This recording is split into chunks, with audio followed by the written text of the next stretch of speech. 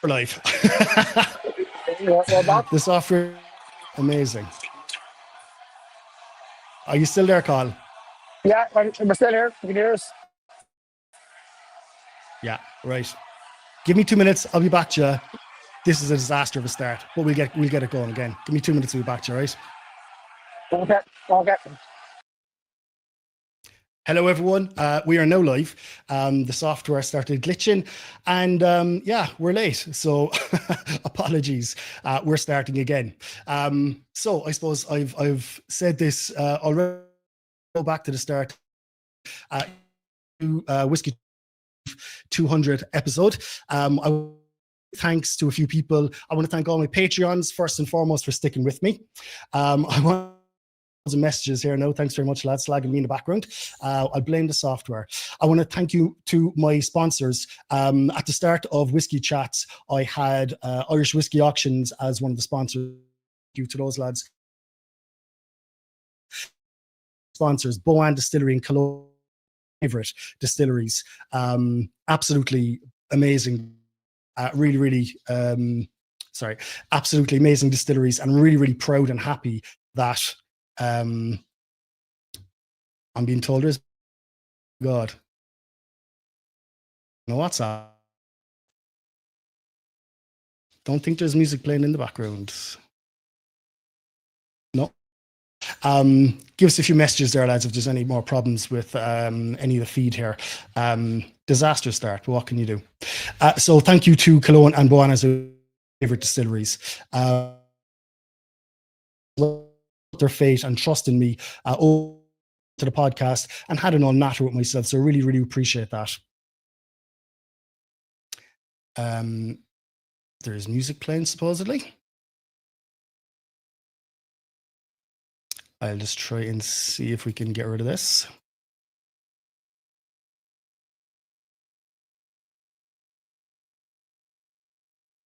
No, I think that might be better, is it?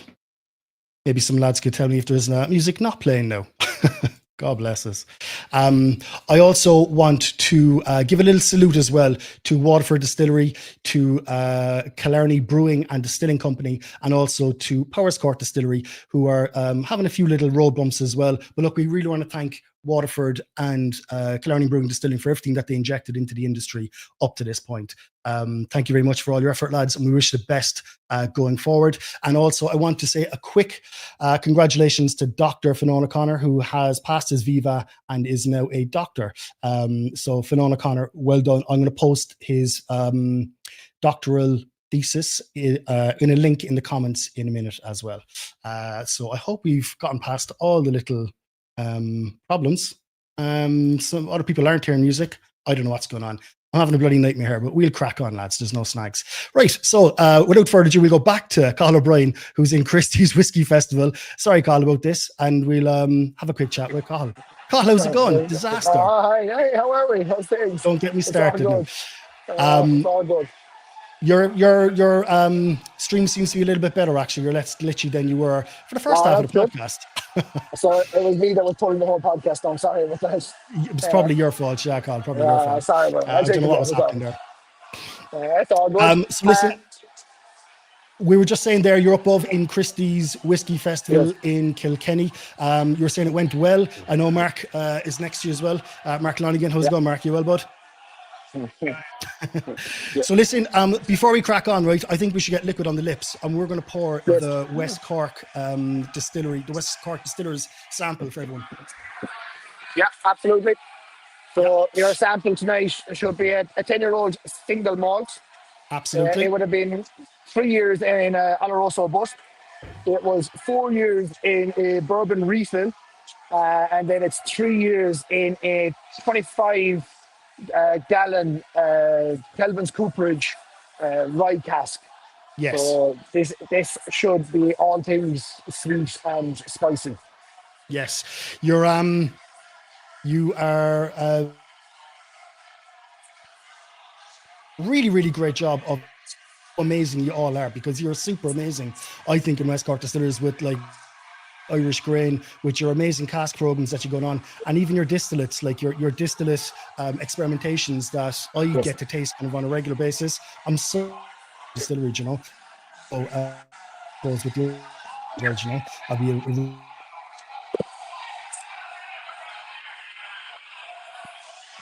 I heard everything. I heard everything about amazing there. So very good. hopefully, I hope that's what saying that about me. So you're very kind. Everything's amazing with West Cork. That's the gist of it. Okay, West Cork. Sorry, it's West Cork. Sorry, that's sorry.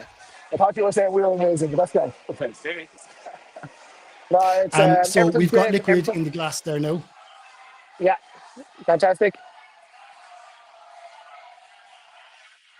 So who drew this? Was it Dave drew this, or what is Yeah. this like? You know, where is this going? Is this got a release direction, or what's happening? Like everything, it's very hard to put a timeline or a frame around something. This would have been a project for a previous customer. It would have fallen short for them. So we would have had the experiment still aging. You know, my opinion, I would bottle it tomorrow morning if I had an ounce of control. It's phenomenal. I like this one really. I had a sneak peek. Obviously, I'm not drinking now tonight because I have to drive back to Cork. But I had a sneaky taste of it before I dropped it off to you. And just my own notes upon it was that sweet spice. The rye really comes through in it. I would love to have us to bottle and bring it out as a release from West Cork. Listen, I'm going to leave you go, and I'm going to let you get back on the road. I think the reception there is a little bit glitchy to me. Kind of, you know, my whole kind of journey, I suppose. You've always been very supportive. Anytime you've never said no, so I really, really do appreciate it. And I value your friendship, and I only wish you the best for yourself and for West Cork Distillers. Thanks for coming on tonight. I know. So thank you very much. Thank you very much. This drop as well from West Cork, and I hope everyone can see the quality that's going to come through this drop as well. It's an amazing, amazing distillery. Thank you. Very kind. Very kind. Thank you. Sorry about this, guys. Enjoy tonight. You're all right. I fecked up worse, so you're okay. Thanks, Carl. Cheers, buddy. Thank you. Bye, guys. Thank you. Sorry about that. Thanks, Carl. Cheers, lad. Right. I think all our little gremlins are sorted now. I'm not getting any more messages telling me growing up. So next up, we have Barry Walsh from Kilahora. Kilahora, an amazing down the road for me, literally in Glounthaune. They're very close. I mean, 5 minutes down the road. And I'm going to bring Barry Walsh on here, who is one of the founders and part of Kilahora Orchards. Barry, how's it going?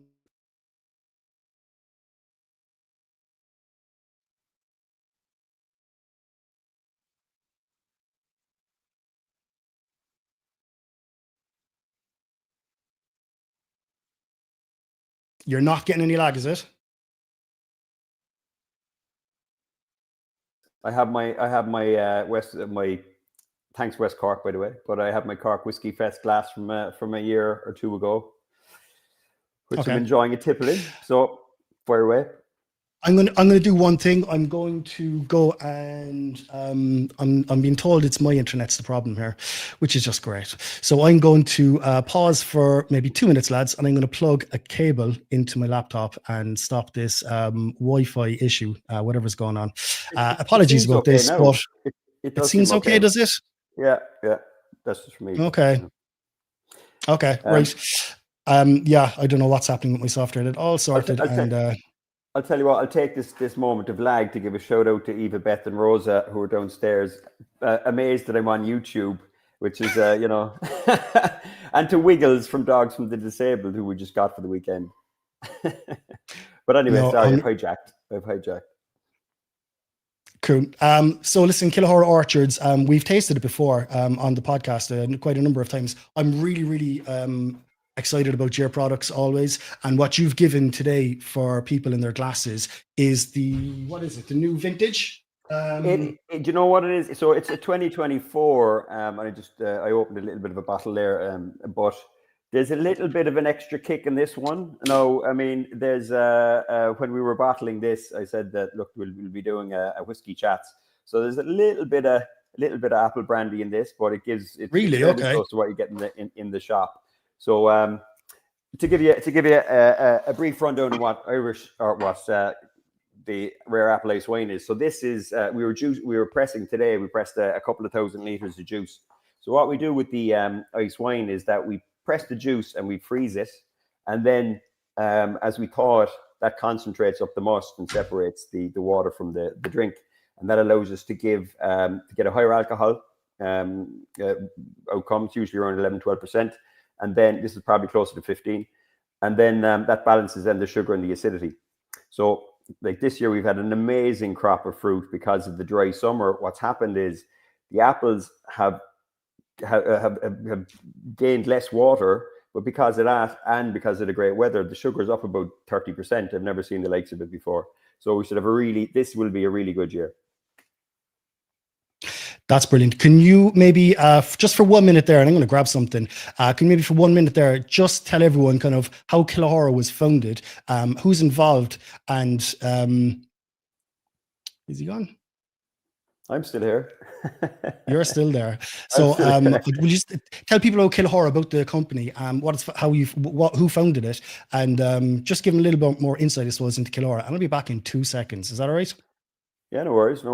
Thanks very much, Larry. So Kilahora, we started this in around 2012, I suppose. We started selling drinks maybe 2015, 2016. So we had to plant some trees first. So it was myself and my cousin. My cousin was a big fan of botany and trees and fruit, and I was a big fan of making booze. So it seemed like a good combination. And we really started this with a love of our mutual interest.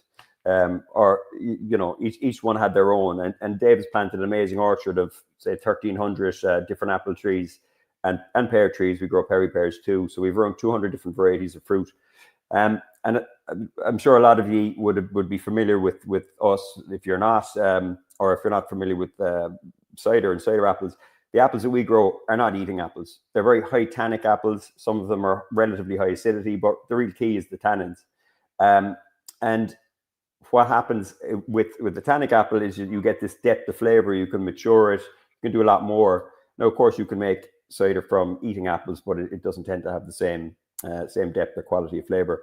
So we've always prided ourselves on quality and just really focusing on emphasizing, or at least showing, what can be made from apples and pears on this island. So we grow our own fruit. Sometimes we get from some fruit from other apple growers who grow similar quality fruit to ourselves. And we try and express that fruit in different ways. So we started with cider. We do kind of a basic cider, Johnny Fall Down, which is again 100% fruit. A lot of ciders aren't. It's all wild fermented, so we don't add any yeast. And then we do different like cask editions, single cask editions. And then we make these other products, which is the apple ice wine, the rare apple ice wine that we're drinking today. A lot of you might be familiar with the Pommeau, which is an apple port. So we get the juice and we mix that with an apple brandy that we distill. And then we age that in Irish whiskey casks. Generally, Middleton, since we can see the stack from where we are in Glounthaune. We also have done specials with various other whiskey producers, Roe & Co, with Cork Whiskey. We've got a few barrels from Boatyard at the moment. So we're doing a peated ice wine, which That's looking very forward cool. to getting that. Yeah, it's a mad yoke. And we've started distilling some of our cider now, and we're doing some interesting stuff with that as well. No, that's amazing. And listen, Barry, that drop is phenomenal. Like, you mean, like I urge anyone to go out and just and your products they're not like outlandish, compared to, we'll say, the prices that we're used to paying for in an Irish whiskey. Like they're very, very reasonable, especially for the flavor that they deliver. So I do urge everyone to go out and just to try your Pommeau and also your rare apple ice wine. Amazing products, Barry, and you should be very proud of what you've kind of brought to the market as well. Yeah, you can order it from our website. A lot of independent off license will have it. So this fella here, like, you're getting a lot of apple candy floss, apple toffee. As I said, we boosted that a little bit to give it to, because we knew we were in the middle of some high ABVs. But you can get the essence of the apples, and that's just 100% fruit and 100% apple. And we hope you like it. It goes brilliant with goat's cheese. The Pommeau, brilliant with desserts and blue cheese and that. So look, great to be part of it. I mean, it's a great whiskey community you have, and people appreciate the expressions of flavor that can be got on this island from creativity and from the land itself. So yeah, looking forward to the rest of the show and enjoying it so far. Thanks very much. Apart from the disasters, but we'll. I think we've gone past that now. So, and that little time there that you bought me, I just ran and plugged it in. So hopefully wires. You can't beat wires. Listen, you actually can't beat old school, lads. You just can't. Yeah. Barry, thanks very much. Really appreciate you coming on, but and thanks for sharing that drop with everyone as well. And wishing you the best again for everything for Kilahora. Love that company. Thanks, Barry. Appreciate it. Thanks very much, Larry, and have a great night. Cheers, bud. Thanks, bud. On the ball. Thanks. Yeah, lads in Kilahora are just killing it. So yeah, I think I'm just checking out all my little features there now. I think we're after getting past it. Absolutely amazing. Do check out the Kilahora, lads. I mean, you're paying like 30 quid. Is it 30 quid a drop or something of that nature? 30 quid a bottle. It's around that. It's very, very reasonably priced and amazing bang for buck. Right. So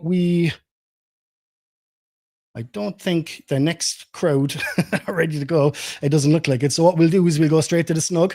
We are going to go and say hello to the Snug Bar and Jim Arnold and crew in Indianapolis. An amazing Irish bar. And let's have an old look in and see what's happening out there, lads. Hello, everyone. What's the crack? Jim, how are you? How are you? I am doing... Thank you, buddy. I'm doing better now. It's great to see your place is busy anyway. Yeah, it's been a good day. We've also got there's an Irish festival here in the city today too, so we're staying busy. We're kind of all over the place. Super fun. Excellent.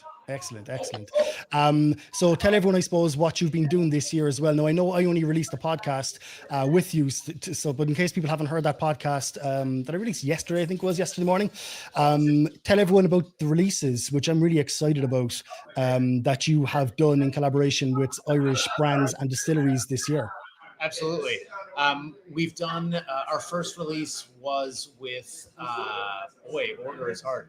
So we've done a release with JJ Corey, an Amontillado finish, single malt, stunning. Powers Court, we did a Marsala finish. We have a release with Dingle Distillery that I believe is on the Atlantic as we speak. It'll be our first single pot still release, full bourbon maturation. Super excited about it. And there's some other things in the pipeline. Okay. So I suppose there's a bit of an announcement as well, because you guys are going to be coming to Cork Whiskey Fest next year, and we are going to be doing an event, a masterclass, a Snug masterclass. Yeah. I'm calling it the Snug in the Snug because we're doing it in the High B, which is the most snuggish bar you'll ever get. The most iconic Cork bar as well. So the Snug in the Snug, yeah, look out for that, lads. Tickets are going to be going live in the next month or so. It's going to be very limited places. You're going to be showcasing all of those private bottlings that have gone all stateside. None of them really have stayed in Ireland. Only a few lucky few of us who've managed to get a bottle off you. But yeah, we're going to showcase the bottles that you're releasing over in the Snug, which I'm really, really excited about. We are as well. Yeah, we're excited about the opportunity to bring bottles back over and do a little tasting. 100%. Well, listen, I'm going to leave you get back to your point and we drop, and I'm going to come back into you later on for another little chat, if that's all right with you, Jim. Thanks very much for understanding, and I will talk to you later on. Right, Sláinte. Cheers, lad. Right. Rosi, Anthony, and Jarlath are supposed to be joining us. I don't think they're quite ready. Are you there, lads? Are you just hiding from us? Or are you having a few issues? There's no hassle if you are. But Rosie Goswell, Jarlath from Ecklandville, and Anthony, who owns Irish Whiskey Auctions, they're in Neely's pub after an Aviator's Whiskey Club tasting today. And I don't really think it's working out for you, lads. So I'll tell you what, we'll come back to you in a minute if that's all right. This has probably been a long day. So next up we have who do we have next? Ronan Russell from Blarney Brewing Company, one of the newest breweries in the city, in the country, I suppose, at this stage. It's only open a couple of months now. So look, if Jarlath, oh wait, hold on a second. Ronan, I'll tell you what, I'll put the brakes on that because I see the lads have got their picture sorted. So what I'll do is, with no further ado, bring in Rosi, Jarlath and Anthony to say hello. Hello, lads. How are you? Are you well? Can you hear us? Hey guys, how are we? Oh, hello. Barely. What's the sound like, Laurie? Sorry. Everyone's having issues tonight, lad, including myself. Absolutely crazy. But it's one of those gremlin nights. But that's all right. We'll soldier on. How are you, lads? You have a good day? Yes, Yeah, we very did. good. We had, unfortunately, we had to drink Dunfield's whiskey all evening, but I mean, no. these are the things we have to do. My commiserations, Anto. Yes. Jarlath, I can't believe you Yes. did that. Yeah. Listen, Stephen is in Austin and Seamus is in go on. yeah. Oh, we've lost signal. You're all right. No, Yeah, then Stephen's in America and Seamus is in Kilkenny, so I come out of retirement Very to good. do a tasting tonight in Scaries. If you put the phone sideways, lads, you'll probably have a better picture to. Yeah, there you go. And up a little bit so we can see our faces. There we go. We can see Anto's beady eye there. How are you, Anto? So listen, I wanted to have the three of you on, and then you told me that you were socializing together in Keely's after an Aviators Whiskey Club event. But I really, really wanted to have the three of you on because you've been so supportive of the podcast. And Rosie, I suppose, you took a chance at me at the start when I was literally Mr. Nobody ringing you up, kind of going, would you come on my little podcast? Or I think you were like, was it the fourth or fifth or sixth guest, or even sooner? It was really, really, even the second guest, was it? 3, there you go. Three. Do you know what I mean? I 3. don't even know the podcast. So no, I really, really do appreciate the kind of early faith that you all put in me. And even when things feck up, I can still pull it out of the bag like I did tonight. I don't know if you saw the disaster, but anyway. But no, I really do appreciate the friendship and the support that you guys have given me. What did you taste tonight, Jarlath, with Eckingville? Yeah, we done a Dundalk tasting, so we had 3 crowns. We had 3 crowns. We had the Armagnac. Yes. We had the new Muscatel 10-year-old that's coming out. That's cheating. That's one of my favorite. That's one of my favorite liquids I've tasted this year. The Armagnac. The Armagnac. Just release it, will you? Release it, please. Yeah, no, it's coming out. It's coming out in October. There's a Muscatel that's coming out in like next week. It's lovely. And then we done three big sherry finish. So we done all the rest. So Taro PX all for the 20 years plus. Amazing. And yeah, it's my first tasting in maybe a year, maybe more. Yeah. So okay. What was really lovely was, so we did it, as you know, in the Scaries Whiskey Chasers, which is really quite a small society. And people maybe who weren't familiar with Dunville, who didn't really know it. And for me, what was really funny was see people's reaction with a 23-year-old sherry finish. And you're like, oh. Yeah. And you're seeing these faces and these expressions from people who've never really tasted whiskey on this level before. And no, it was very cool. It was really good. It was my only tasting this year, so I just pulled out all the best shit I have, So yeah, and you did the same for us in Cork as well. Last Christmas, we had you guys down for the Christmas tasting, and I mean, you just killed it. The stuff you managed to bring out of the warehouse is just amazing. Is Anthony gone? Is he, or is he hiding in the side there? He's still hiding. Anthony's hiding. Anthony, you're out. You're out of shot. How are we keeping? Go on, Laurie. I'm here. I can hear and see you. Do you turn that? People don't need to see me. They know what I look like. I'd say put up the there we go. Yeah, small, a little bit more. Sláinte. I think you're giving me a sláinte. Sláinte. What is going on with Irish Whiskey auctions at the moment? Can you tell people we've got an auction coming up? We're starting. We're just finished the September auction. We're gearing up on Wednesday. We go live with our 3rd wine auction of the year. We've the wine auction's very good. We introduced them. I think this is our 3rd one. I think it is. It is our 3rd one. They're very good. I mean, again, we sort of, I done them deliberately at the start to try and sort of tidy up the whiskey auctions a wee bit. to try and take the memorabilia stuff out, to take the glassware, to take the wine out of it. But they seem to be standing up on their own two legs, and people seem to be engaged with different audience. I had to walk through the place last week, and there's some absolutely fucking cracking wines in there. Yeah. There's some Serious, and there's some serious bottles. you know, I'm I getting some suppose really, really good bargains at Irish whiskey auctions at the moment. I'm really happy with them, to be honest. yeah, I suppose it is a wee bit of a buyer's market at the minute, but I mean, yeah, I still, I mean, everybody's asking me what I thought of the September auction there. It still was very strong. I mean, there's still a lot of prices holding very strong. I mean, There is actually. Yes, there is. quality bottles are quality bottles. I mean, they're always going to stand the test of time. I mean, no matter what, and with all the conversations that's going on out there saying about Irish whiskies on its knees, it's not really. I mean, it's still going strong. I mean, there's still, I mean, I'm still constantly surprised every month the amount of people that's only discovering us or only signing up to us, not only internationally, but in Ireland as well. So, I mean, look, I've no fears for Irish whiskey. I've no fears for Irish whiskey auctions. We're going strong. We seem to have cracked the US shipping, the challenges that is bringing to us at the minute. Brilliant. Brilliant. Well done. We seem to have worked it out. Listen to me. I'm going to leave you lads go back to your points, okay? Because I know I'm under a little bit of time pressure after starting late, okay? Thank you very much. I really appreciate it. I did, at the start of the podcast as well, I did just mention that Irish Whiskey Auctions was one of the first sponsors on the podcast as well.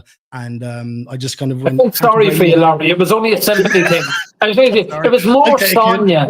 Sonia said she was enjoying the fact that you were in the shed and you were away out of the house. And I said, look, Sonia, I'll do everything I can to try and keep him there. So let's, that's all we want to do. Thank you for appeasing my wife. I appreciate it. It's very much like everybody sort of supports us because of Katie. They like Katie. They don't really tolerate me. Yes, whereas, the Cork Festival, the Kerry Festival, I think your whiskey chat would be so much more better if you actually had Laurie on it, Sonia on it, and just got rid of you altogether. Yes, we love Sonia. We love Sonia. Just to be clear. I think I've people don't want to listen to you. I've ruined the brand, so she won't come on. Like, do you know what I mean? It's that's it. Yeah, exactly. Look, congratulations, massive congratulations from all three of us. 200 episodes. Love you. Fair dues. Your voice is the voice for radio. Yeah, you're definitely. I'm glad you're a podcast because I mean, thanks, lads. Yeah, that's it. I mean, there's a lot of whiskey guys out there who listen to you on the journeys up and down the country. I know I have, and everybody else has. So congratulations. Thank you very much, lads. Well done. Have a great night, and I will talk to you very, very soon out of three of you. See you later, buddy. Bye. Appreciate it. Thanks, lads. Three of my favorite people. I needed them on tonight, so thank you very much. Right, with no further ado, we'll get on to Ronan Russell from Blarney Brewing Company. Hello, Ronan. What's the crack? Hey, how's it going? You've no gremlins. It's great. You're the first person. Happy days. We banished them all in the first 10, 15 minutes here. There's no gremlins. Threw them into the brewing kettle. So I suppose I wanted you on because you are a local brewery to me, but also the newest brewery in the country. I think still probably it's only 4 months. Yeah, definitely still the newest. Because I think in Cork even I don't think there was a new brewery actually set up in the last 10 years nearly. Really, is it that long? Okay. Yeah, there was the rebrand of the kind of into Original 7, but the Franwell is rebranded. It got a bit stagnant in Cork. There was a few newbies up the country, all right. I'm going to throw a bogey in with you. What's that small microbrewery on Oliver Plunkett Street that also have the 30 tables at the front? Elbow Lane. Elbow Lane. Yeah. I think they pitched it. I think they pitched it that one out for the first in 10 years. But there's some really, really cool kind of. It must be nearly 10 years now at this stage. Elbow Lane. Yeah. Oh, you think it's that long? Oh my God, no way. I'm getting old. Yeah, there's definitely getting on there. Like. Maybe not quite, maybe 7 or 8 anyway. Like. Yeah. No, absolutely. Yeah. Right. So listen, I'm going to get liquid on the lips straight away and we're going to continue having the chat. So everyone got a can of the Blarney Brewing Company Pale Ale. Yeah. If my camera will just zoom in. Come on, camera. Anyway, beautiful can, black can, blue label, love it. Blarney Brewing Company. I had one of these earlier, and my God, very, very fruity for a pale ale, do you know? Not as sour, I suppose, as maybe kind of grapefruity as a lot of other pale ales, which is good for me. We're trying to make a little bit of a point of difference with it, you know. Yeah. You know, I spent kind of 8 years down in Blacks making kind of citrusy pale ales. So, you know, you move on to a new challenge, you want to do something slightly different. So I kind of mixed it up with this one. So it's a lot more kind of different tropical fruits, kind of melons and stuff that you're getting kind of through the nose and through the palate, and then keeping the bitterness there, but not too kind of overpowering, just make it nice, kind of an easy drinking beer. No, absolutely. I suppose, you know, people also should know that, as you just mentioned, you were distilling and brewing down in Black's brewery and distillery in Kinsale for a couple of years. And that's kind of where I would have got to know you, and also you're part of the Cork Whiskey Society, Ronan. But I'm really, really happy that you've gone to this new venture. I think it's really exciting, you know, when people kind of start new things. It's yourself and Pat Falvey and Duncan Blair. Duncan, Jesus, only talking the other day, and Duncan as well. So it's a very small crew. There's only 3 of you, but from what I've seen, you know, you're getting things going, which is brilliant. It's amazing. It's nice. It's an exciting and very busy time to be fair to us, you know. So I do all of the kind of production and packaging side, and then the lads are into kind of the sales, the marketing, and the kind of business side of things. So it's very busy for myself and the lads at the moment, but like the traction that we're getting at the moment is great, and the support from the publicans has been absolutely fantastic, you know. I think kind of, you know, we wanted to be a bit of a breath of fresh air into the industry, do things slightly differently, and like the publicans are really warming to us. We're picking up some really nice taps, you know. We actually have 2 taps in the High B now, which is a real achievement for us. Really? The brew house there. There you go. That's the lads. That's me still wearing my Blacks t-shirt, because I only have so many work shirts. After 8 years of working for somebody, you fill up the wardrobe. No, absolutely. I said I'd bring that up there now, just to show the lads. That was yourself and Pat Falvey. I did have another photograph. Who else is? Oh, Duncan's here, I think. Here's Duncan. Duncan and Pat there now, with some freshly poured beer. That's in the actual brewery itself. But no, I think you have a good little crew there. I called down there. There's a good little vibe between the 3 of you, and you're all very enthusiastic. I suppose, you've got 3 expressions out at the moment, 3 styles. 4 out at the moment. We've 2 lagers, a pale, an IPA, and I just actually kegged the red yesterday. So we're going quite traditional with our kind of beer styles at the start. We'll be doing more kind of experimental things as I have a bit more time. But at the moment, it's just kind of flat out, kind of keeping those going. And we're just trying to make the easy drinking, pintable beers. You know, bring things back a little bit, to kind of what I consider to be the kind of core values of the craft brewing industry. You know, it doesn't have to all be double IPAs and all big hitting beers. You know, there's a great nose on that, Ronan. Great nose. It's so nice. It's very different, and you know, we were talking there last week about you know, how do we pair whiskey and beer together, you know? And I think the options there are massive. You know, you can pull so many of the flavor aspects that are coming through in that beer into even definitely in that last apple brandy, like that sweetness, that lovely fruitiness that was kind of coming through. But even in the first West Cork, you know, you're getting all these kind of subtle citrusy kind of flavors kind of coming through that little touch of rice or rye. In that, I think at the end, that little pepperiness, like that could probably go really well with a kind of a red ale. And I think it's an interesting thing that we're kind of working on at the moment. I wonder what a beer finished in a Kilahora cask would taste like. I was actually thinking the same thing. I was kind of thinking maybe it stays on or something like that. Now finished in an apple brandy cask, I think could be unbelievable. I think it's worth to think a small little ponder anyway. Like, you know what I mean? That'd be amazing to kind of local collab, local link up. You know, that'd be great. Get that thinking. But listen, that beer is amazing. I hope everyone's enjoying it. Thank you very much, Ronan, for coming on as well, for coming on to the podcast.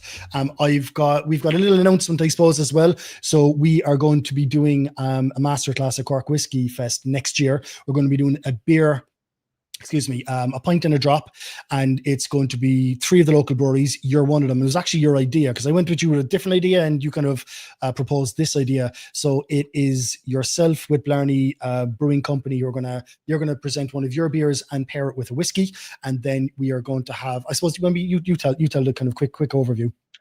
Yeah, so it's generally kind of an idea that I was just kind of mulling over with a friend of mine, a publican, and so we said, instead of me just talking for an hour and a half, we get the other breweries, Cork City breweries, involved. And I actually forgot about Elbow Lane now, so we might have to, I'll reach out to Russell there, see if he wants to get involved. But it's at the moment, I've got Paulie from the original 7 and Shane from Rising Suns. They're both on board to do something. So it'll be just kind of exploring the different possibilities that there are when, you know, like, my old fellow would have always kind of had a pint and a drop, and his granddad always had a pint and a drop. Absolutely. And, you know, it's something that's kind of like, I do it obviously when I'm out, but I never really put too much thought into it. You know, I could be there drinking kind of a nice fruity pale ale like this, and then I might kind of fancy an Ardbeg, and I'm sitting there kind of going, these just don't work together, like, you know. No, so that's going to be, that's to me now is a really exciting event for Cork Whiskey Fest next year. A pint and a drop, 3 of the local breweries, pairing with a whiskey, and I'd love to go to that event myself. Oh God. So look, thanks very much for suggesting that and getting on board as well. And I will be talking to you very, very soon. And best of luck with everything with Blarney Brewing Company. I hope you get more taps in more pubs locally and regionally as well, because it's not just about the city, I suppose. It's also the province. You know, let's spread it around Munster as well first, and then we can conquer Dublin. Do you know what I mean? But we'll get Cork and Kerry going first. Thanks very much for having me, and allowing us to bring beer into this whiskey. 100%. And this is bloody good beer, I'm telling you that. And even the nose off it, I mean, I could actually just nose that beer, you know. So fair play, well done. And I know you're it's all got to do with you. You are the brewer, so fair play to you. Thanks, Ronan. Thanks very much. Cheers. Talk to you very soon, lad. Thank you very much. Excellent. An exciting brewery in my mind, that's just after being founded by the 3 lads. And do look out for them at your local bar, because I know that they're getting taps into many, many pubs around the place now, especially in Cork City, but also regionally, you know, Killarney and around the place. So look out for Blarney Brewing Company. Really good stuff. I'm sure you'll agree. Right. Next up, I'm nearly back on time track. So thank you very much to all my guests for hanging on.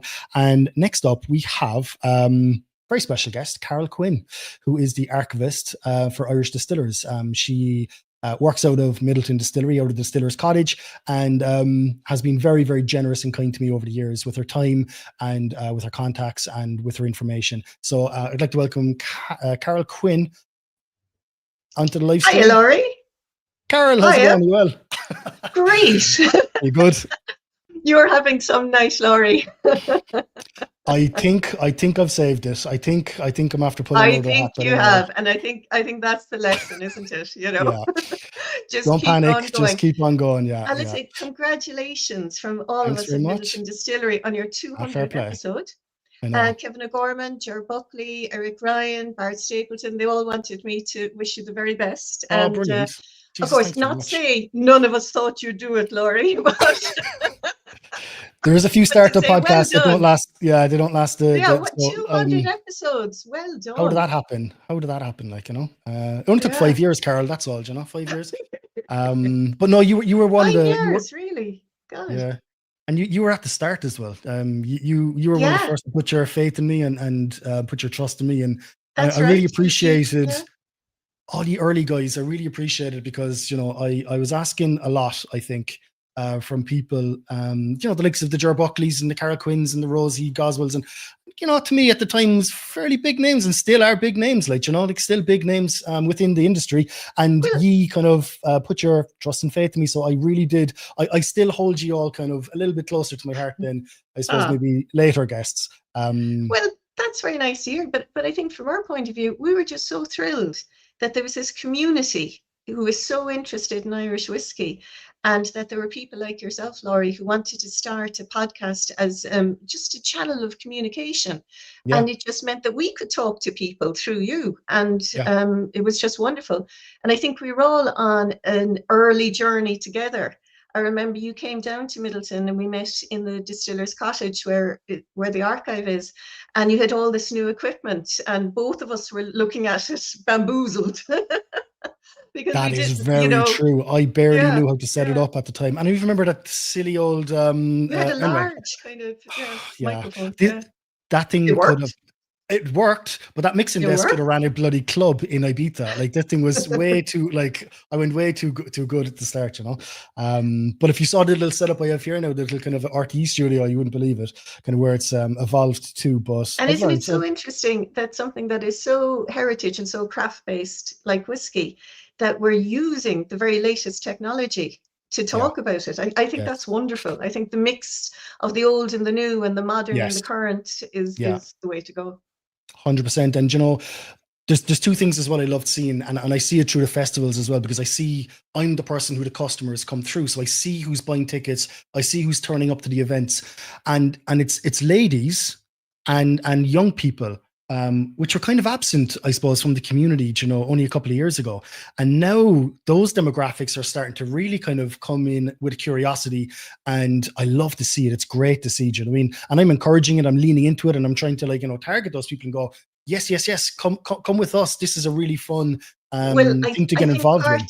Part of the important thing in that, in bringing in new communities, is showing the visual representation of those people. So I was delighted to see two guests earlier, Rosi, myself. You know, it's a forum that women are welcome in, that For sure. the doors are open to women, and it can be intimidating though if you're joining a club for the first time and you look maybe online on Facebook, you see the photos and it's all, we'll say, men. That can be intimidating for a woman to want to join, which is why I really appreciate that you've always, you know, looked a bit broader for the different voices in the industry. And 100%. I think once people see that there's people like themselves or people that they'll get on with, then they want to join these communities and the whiskey clubs.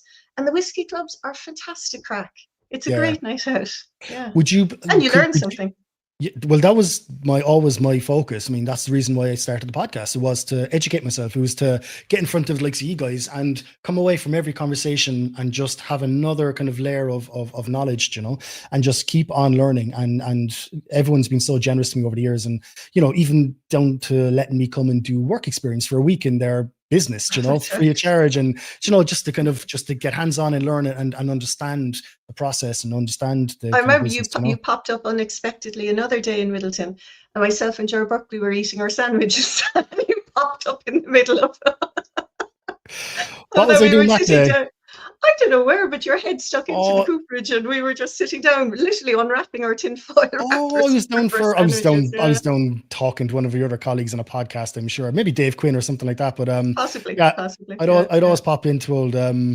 I think Ger Buckley, I'm after adopting him as my surrogate granddad. I've decided he's my surrogate granddad. You know, I don't have a granddad anymore, so you'd be thrilled to hear it. Well, Ger is my surrogate granddad. I always had a great relationship with my maternal granddad, and I think I'm after just latching on. Whether he likes it, I don't know. I haven't even asked him. I haven't. Oh well, you know what? It's done now. It's a done deal. It's done now. So, it's done. You know, Granddad Ger. Yeah, I'll tell him that. On Monday, that'll be hilarious. He'll bloody kill me. No, but listen, it was great to see as well. I was reading Dr. Fionnán O'Connor's. Dr. O'Connor, yeah. His thesis today. I was kind of head first into it. I had an hour to kill, so I said, right, now's the time, and I opened it up, and I got around 20 or 30 pages into it. But it was great to see a little mention of Carol Quinn at the start. A little thanks. Yeah, Fionnán spent 2 weeks, literally 40 hours a week, Monday to Friday, 9 to 5 in the archive, looking at the original records. Now, the archive at Irish Distillers, it's not open to the public. It's an internal resource for the company. But we really try and facilitate somebody like Fionnán. You know, somebody who really, really wants to put the time in, has the background, has the context, has the historical understanding. And I think the plan is, Laurie, that now that the PhD is done and dusted, that there might be a book in it. And that's what I'm hoping, so that he can share the knowledge that he's gained from looking at our records, and more people can come and look and see the fascinating history of Irish whiskey. You say there's a book in him, Carol. I mean, I'm looking at your direction there, like, and I'll say no more, but no, No, that's not. You wouldn't do it I yourself. stick to what I'm good at. Yeah. No, I think you're right. I think there's a book in him. Another book in him Oh, for without sure. a doubt. Without a There's a doubt. couple of books. There's a couple of books in Yeah. Fionn, I think. Actually, I think so. Yeah, I read Yeah. the PhD myself as well, and yeah, there's definitely 2 or 3 books. I mean, what the industry has learned from one man is just incredible. You know, like we've all kind of had our absolutely little is, yeah.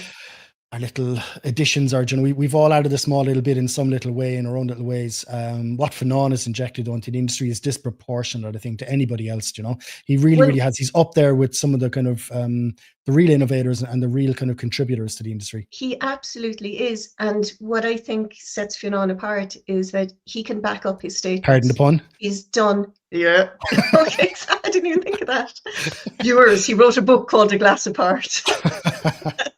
But, you know, he has done the historical research. When he says something, it's based on fact. It's based on his analysis of records, of archives, of comparing mash bills over centuries, really. Yeah. It's not just something that he heard somebody else say. He's a voice of authority for the Irish But whiskey also, industry. he I goes think. out there and he convinces distilleries to do his mad experiments, to see, you know, oh, I read this once. Can we try this? I mean, you know, there's Kilahora and Boann, and there's a load of other distilleries who, David Boyd Armstrong as well has done experiments with Conswater mash bills. Like there's a whole load of industry. Oh, he's brilliant. He's distilleries. brilliant because he shares his knowledge. Yeah, And for he's sure. so excited. He's so genuinely excited and passionate. And when he shares that, you couldn't say no. I rang him this morning for 2 minutes. He was running out the door. I said, Fionn, you have 2 minutes of a quick question about Kilnap Distillery, the Glen Distillery in Kilnap, you know? And he goes, oh, look, I'm just going out the door with 2 minutes. 35 minutes later, he was still going on. Like once he get them going, like I love people like that who just, there's so much in there. It just comes, it just flows out entirely. And Fionn, And one thing leads naturally to another. Yeah. Love talking to that man. Listen, Carol, thank you very much for everything that you've done for me over the years. Thanks for coming on tonight as well for a quick chat. Delighted. No, absolutely. And as you know, Midleton Distillery, we're celebrating 200 years of distilling tradition in Midleton. So from Midleton Distillery, with our 200 years, congratulations on your 200th episode. Thanks, Carol. Cheers. And I'm so happy that Midleton are one of the sponsors for Cork Whiskey Fest. I'm so proud. I mean, you know, to have such a large body of people and organisation behind me advocating the festival and what we're trying to do and trying to bring, you know, to the industry and to Cork. I mean, you know, I can't ever thank kind of Midleton, all you guys enough for everything that you've done over the years. You know, it's just it's incredible. It humbles me. So thank you very much as well from myself and Sonia. It's a fixture now in the whiskey calendar. And it's so much fun. Like I don't even get to enjoy my own festival. I got to enjoy seeing everyone else. I'm running around making sure everyone's having fun, like, you know, but it's all right. I go to the other festivals and I can kind of let the hair down then, you know. Yeah. Well, I'll see you at next year's. You'll see me well before that, I'm sure, Carol. And thank you very much. We'll talk to you very, very soon, all right? Pleasure, Laurie. Bye. Thanks, Carol. Cheers, girl. Thank you very much. Amazing. Really, really happy to have Carol Quinn from Midleton Distillery on.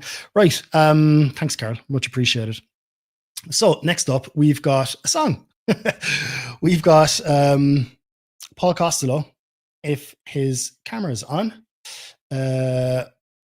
Paulie, are you ready to go, lad? And we'll get an old song off Paulie. Paulie and Dan Pennington and JP O'Riordan are in a garage. Dan runs a car garage, and the three boys are inside. Decided to join up tonight. Hello, lads. How's it going? What's the crack? Well, three of my favourite guests. What's the story? We're having some crack here, but you're having some major problems as well this morning. So, do you know what? Happy days. I think we're over the hump now. I think we're good. Stop jinxing, you know. Stop jinxing. The show goes on. The show goes on, kid. The show goes on. Show must go on. So listen, we've an old tune happening there, Paulie, do we? We'll try our very best anyway. Excellent stuff. Excellent stuff. Well, look, the stage is yours, lads. And thanks very much for doing this. And lads, also, thanks very much for helping me so much over the years with all my little projects, the podcast, the festivals, all the rest of it. I really do appreciate it. You know what I mean? And I really tip the hat, you know, to kind of my buddies who always are there to support me and help me out and wear stupid jackets and sing stupid songs on my podcast. Thanks very much. Come here. I'm going to be looking at you now. Give me the thumbs up if I'm too high. Give me the thumbs down if I'm too low, because I can't hear. I've no monitors in my ears. That's all right. Just sit back from the mic, boy, and rock on and enjoy yourself. And thanks very much for doing it. I appreciate it.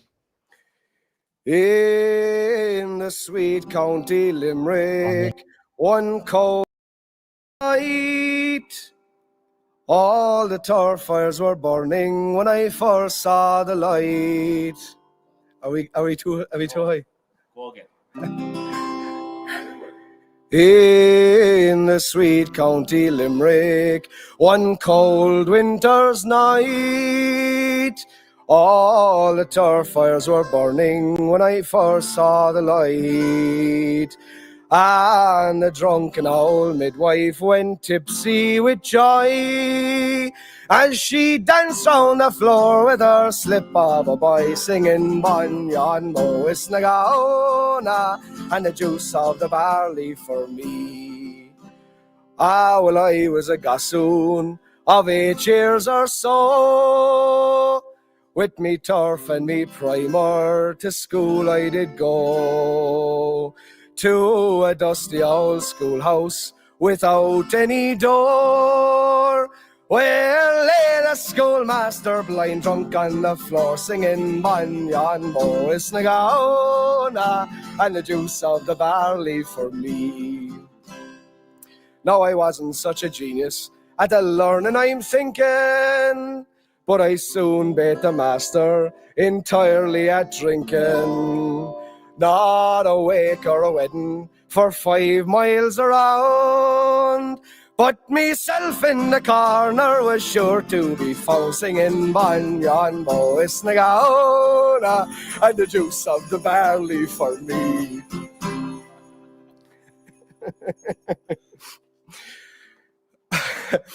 Now, the very next Sunday, the priest read me out from the altar, saying he'd end up my days with your neck in a halter, and you'll dance a fine jig between heaven and hell. And these words, they did frighten me, truth I to tell, singing Bonyan Mo Isnagaona and the juice of the barley for me. Dan's after shagging me. Now from that day to this, I have wandered alone. I'm a jack of all trades and a master of none, with the sky for me roof and the earth for me floor. And I'll dance out my days drinking whiskey galore, singing Bonyan Mo Isnagaona and the juice of the barley for me.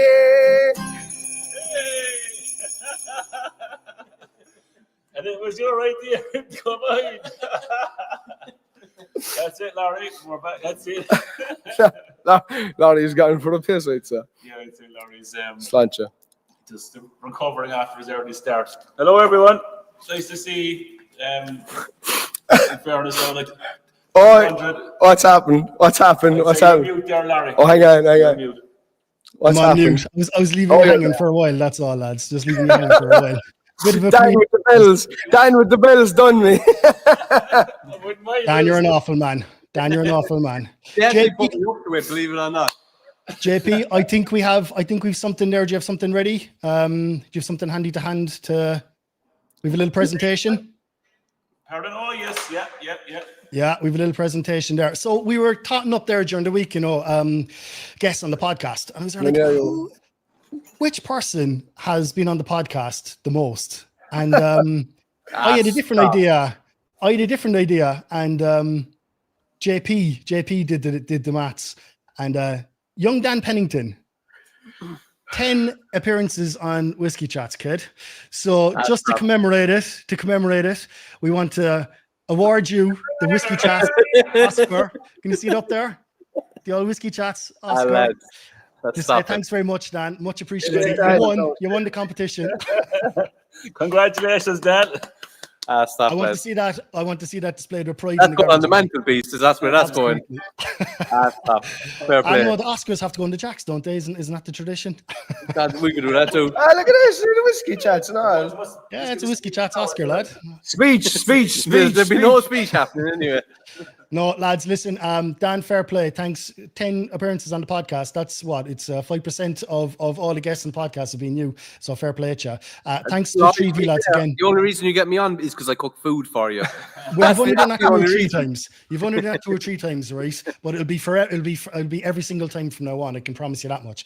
But look, I do want to say thanks to you 3 lads. You've always kind of, put the paw in the air whenever I asked you for the garden chats, whenever you helped me out for the festivals and all the other little things that we do on the side and the tastings and all the rest of it. And I really do appreciate your friendship. So thanks, boys. And thanks for coming up tonight. We'll be coming back to the boys in Dan's garage later on for another little wee tune. And we'll also be having a reveal as well from the 2 lads. So thanks very much, lads. Enjoy your night. And we'll chat to you in a while. Enjoy. Thanks, lads. On the ball. Right. Who have we got next?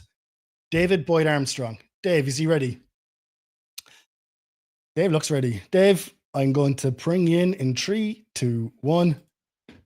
How are you, buddy? Are you well? Yeah, not bad. How are you yourself? I'm much better now. I'm much better to see you, boy. How is the form with you? You're keeping well? Yeah, form's good. Lots happening, so can't complain too much. Absolutely. And I suppose, Dave, you are the founder and owner of Redemption Distillery, who released the kind of Shortcross brand. And you're also the current chair of the Irish Whiskey Association. Chair of the not Irish Whiskey Association, but no, sorry, the Poaching. The Poaching. Sorry, God bless us. But I really, really love having chats with you all the time because you really have good insights into the industry. You are one of those kind of industry faces, I suppose. You involve yourself in the kind of the wider industry rather than just focusing on your own distillery. What is your opinion, your view on the current situation kind of that we find ourselves in the industry? A little roadblock, a little stumbling block. I think we all need to take a breath. And agreed.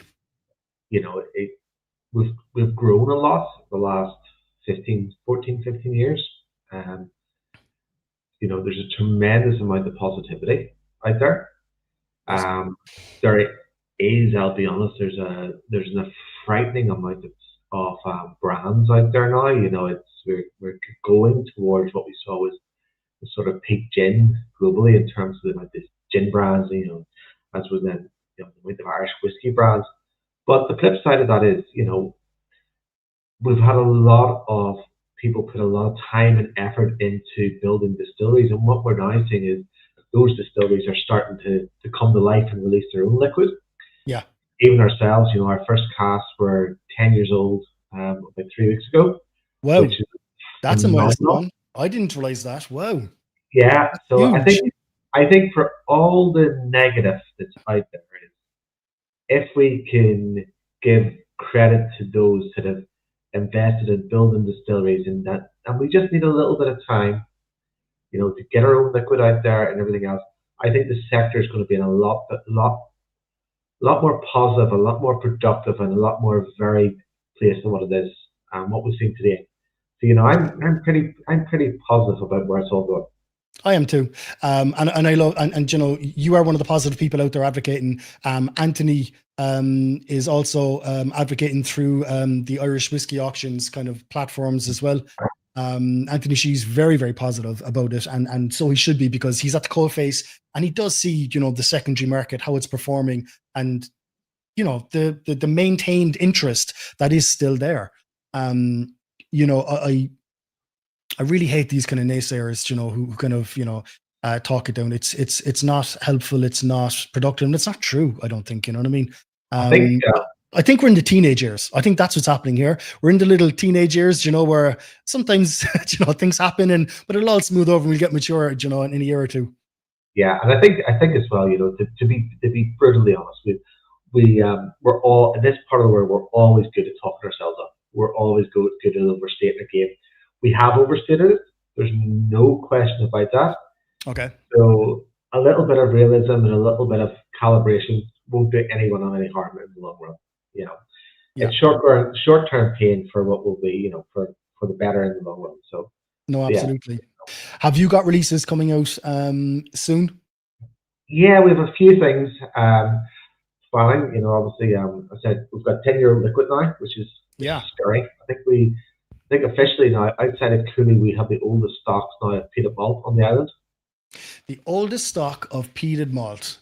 Outside of Cooley. We've been producing peat before G&D, before anyone else other than Cooley. That is which true. is kind of frightening now. That's true. I can't think of anyone. No, G&D be what, 7, maybe knocking on the door of 8 at the moment. There's 7 anyway, I suppose. There's no one really actually. That's amazing. Do you have much of it? Like, is there a stock there? We have a little bit of stock. So probably from March of next year, we have 10-year-old plus stock. So what's the plan? Like, would you be in a rush to release that, or would you be kind of the mindset? Well, do you know what? Let's see where this goes. You know, let's age this a bit. You know, it's a really good question. I think we've done a few tastings.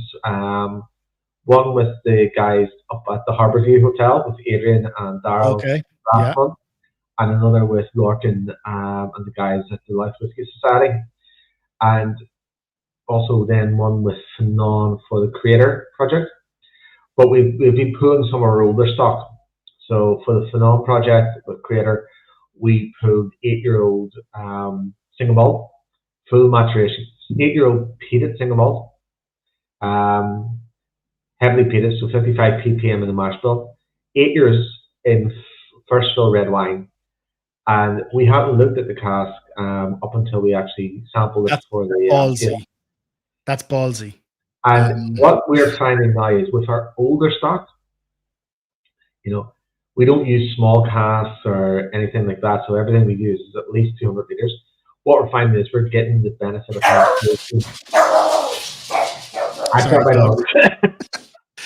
doggies. So what we're finding, we're getting the real benefit of maturation now. You know, all those oxidization, those maturity factors are all really kicking in. Starting with the peanut malt, what we're finding is all those cured meats, those dark smoked meats, all those excellent, really deep flavors, particularly where we've used wine or fortified wine casks, are really starting to shine through now. So there are lots of really interesting flavors that if you asked us 3-4 years ago, they weren't there.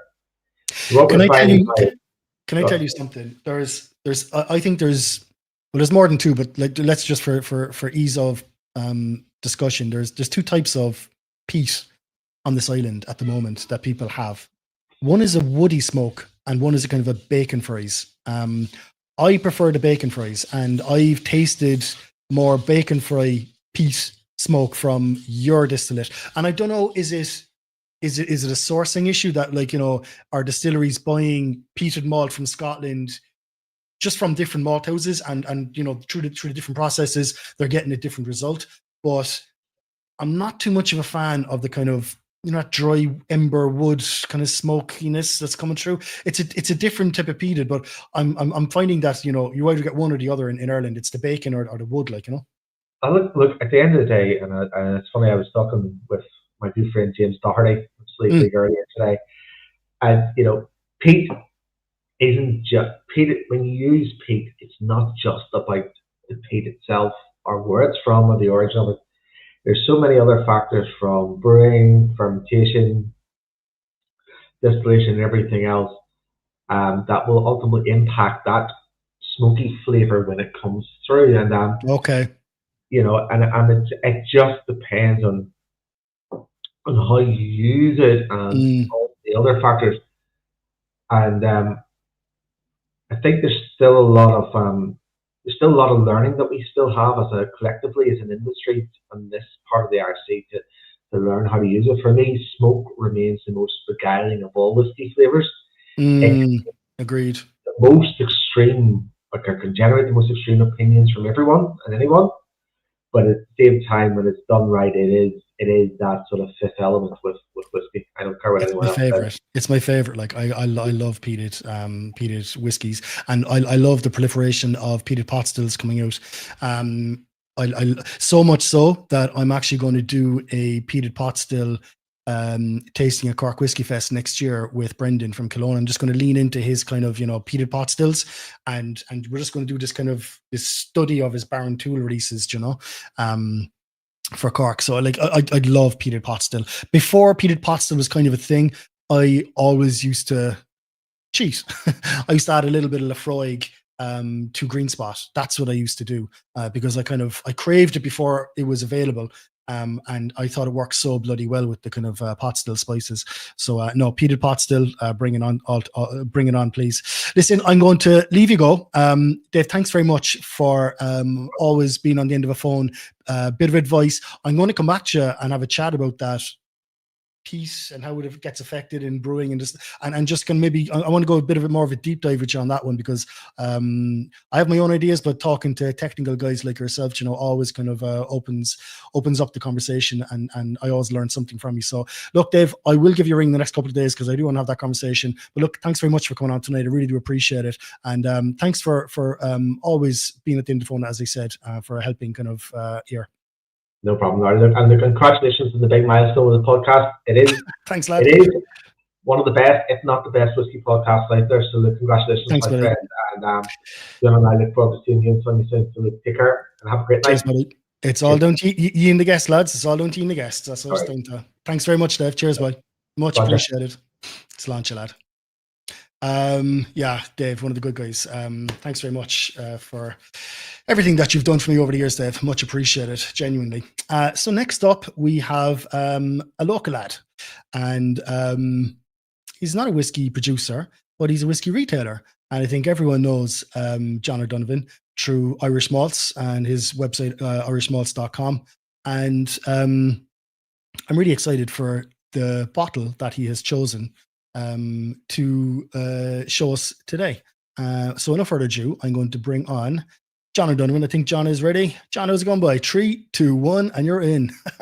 How are you? Hello, how are you? You right, bud? Yeah, I mean, you're hearing it all night, but congrats on 200 episodes. Thanks, lad. Much appreciated. Is that what it's at least 300 hours or 400 hours plus all the planning, plus all the everything else? Way more. Like I often waffle on for 2 and 3 hours, lad, on episodes. Yeah. So it's significantly more.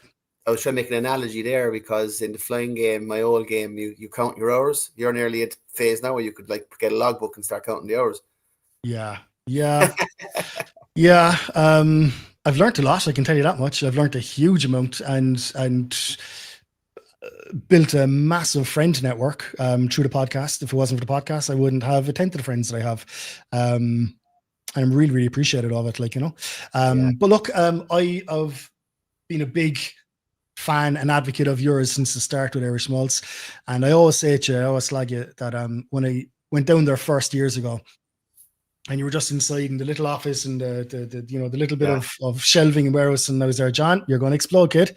This is going to go mad. And you said, not a chance. Will you stop? And I don't know how many warehouses now. That's your own business, but you're a big operation, all that. And I love to see it. It's great, and I love that it's local to me as well. And I do appreciate all the kind of advocacy and help and support that you have given me over the years as well. Which you do, especially with the likes of even Cork Whiskey Fest. You're one of the main sponsors, and it's to me, it's everything to have 2 local sponsors in Middleton and Irish Maltz involved. It's everything to me. Do you mean it really it doesn't justify it, but it kind of cements that I'm doing the right thing, in my mind, that 2 brands like yourselves kind of put your weight behind it, which is brilliant. So I really do appreciate that, honestly. Well, look, thank you, Laurie, and look, the feeling is mutual. It's going on many years now, and you did always say that, and I suppose what we did inside there was we pivoted towards market gaps and market support. Sometimes I called the business almost like a support business to Irish whiskey, because we've just tried to do everything bar distilling. We tried to do everything that can support a whiskey brand or even a whiskey distillery. So I'm not sure if people know or not, but what you say is true. We've gone into a second warehouse and a third warehouse, and in that third warehouse, which we're taking the rest of that warehouse shortly, and in the new year we'll be expanding the production into that warehouse. We're actually raising a significant chunk of money for the first time and investing it into. By this time next year, our business will be able to bottle 30 million bottles of Irish whiskey per annum. We'll have that capacity. and this year has gone. It's just like we're in a negative space, and in one way, I hate saying this, but we've had a really good year. We've had and I think that's positive for Loads everyone. of people have, John. That's the thing. Like that. Yeah, I talk to all the lads, and we shouldn't have to feel bad in saying that. Look, I'm not agreed. Building new houses or anything like that, or running away to South of France, but we've built a lot of relationships this year, internally, domestically in Ireland, with some new partners in our bottling, and externally with some large businesses across the globe. And we I don't want to focus on that exclusively, because irishmalts.com, our store that's been there from day one, we are going to go after a big Q4 now. In terms of what we bring out, we're going to finally bring. I don't want to take away from our honey liqueur here, but we're going to finally, and you've probably been saying to me for about 8 years, we'll finally start a special brand for, not like a goal in goal, but like I don't like, kind of like a Celtic cask, I suppose, if I have to try. Okay. I think that's something that I've been saying to you for a while. That is something that makes all the sense in the world, especially because you have all the infrastructure and assets and contacts in place, and all you're doing is just marrying them together, like, you know what I mean? And just creating something. I think if you create something that's special, that is quality, that has an age statement to it, because people care. They care about that number. Like, look at the gold in gold, like, it was like, oh my God, look at this for that price, because I had this number on it, so like, if you can deliver those kind of things, and at a reasonable price. Look at Hinch is doing at the moment, Hinch is putting out amazing liquid for bloody buttons, like they're delivering value liquid for a value price. And Ackle Island, same, Yeah, a bit of a pivot, like with pricing.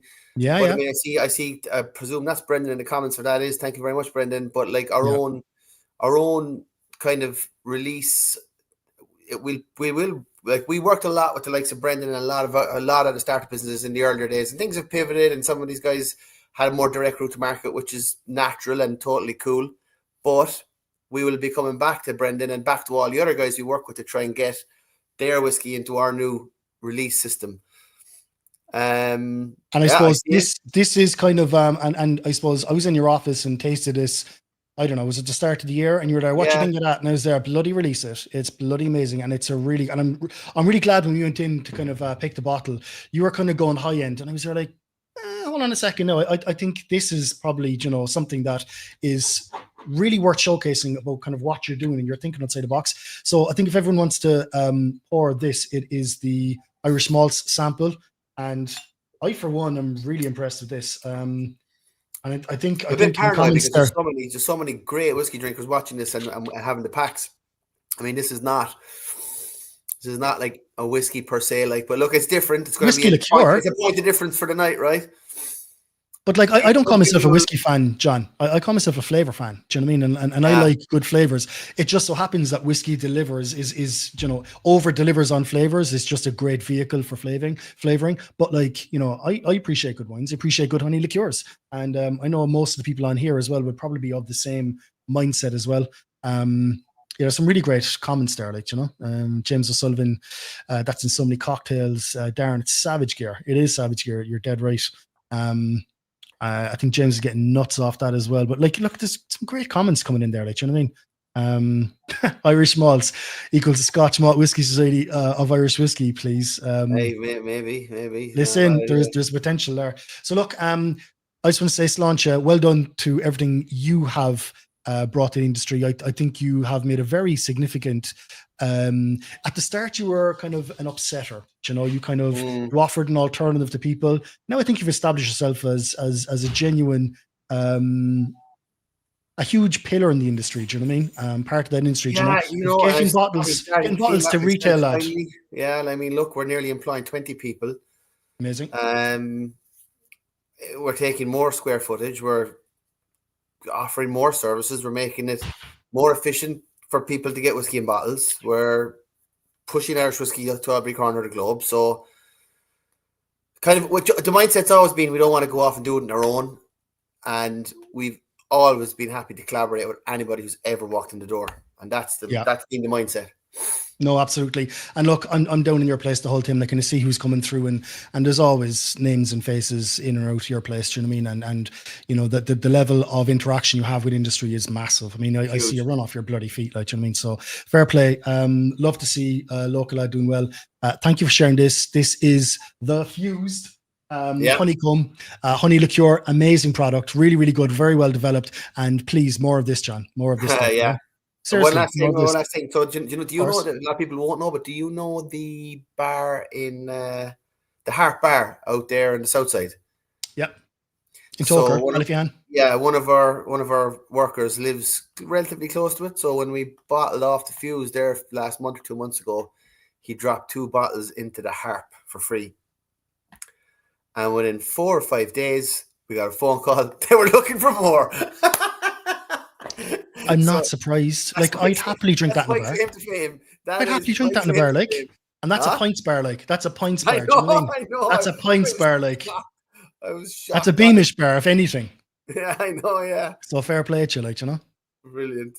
But that would work. That would actually work very well for the pint and a drop. You know, if you were having a pint of Beamish with that, you know, the kind of sweet and the kind of smoky, chocolatey, kind of creamy stout. I think that would work fantastically. Like, you know what I mean? So fair play to the boys for recognizing it. It's always the old fellas who can catch on to this stuff. I know. John, listen, thanks very much, boy. I appreciate everything you've done for me. Thanks for coming on the podcast. No, and look, thanks for showcasing this to everyone as well. I hope everyone's enjoyed this, and this is available on your website. I mean, it's a couple of bucks. Believe it or not, I don't know the actual price, but I do know it's definitely extremely reasonable. Buttons. Is it even 20 quid? I don't think it's 20 Something quid. Like around in the 20s, I would say. Anyway, yeah. It's nothing. Go get yourself a bottle of it, lads, and you'll impress everybody with that one. So, John, thanks very much. Much appreciated. And everyone should check out irishmalts.com as well for all the kind of upcoming releases and special releases that you're going to be doing as well. Perfect. See you later, and thanks to everybody. And well thanks, done, lads. Laurie. Much appreciated. Bye. Thank you very much. Right, just to the guests, lads. I'm just going to talk to the guests in the StreamYard stream here. I can see a couple of you hanging around in the StreamYard. I'm going to have to kick you out because there's other guests trying to come in, and the software only allows 10 people in at a time. So I'm sorry, lads. Can you go to YouTube?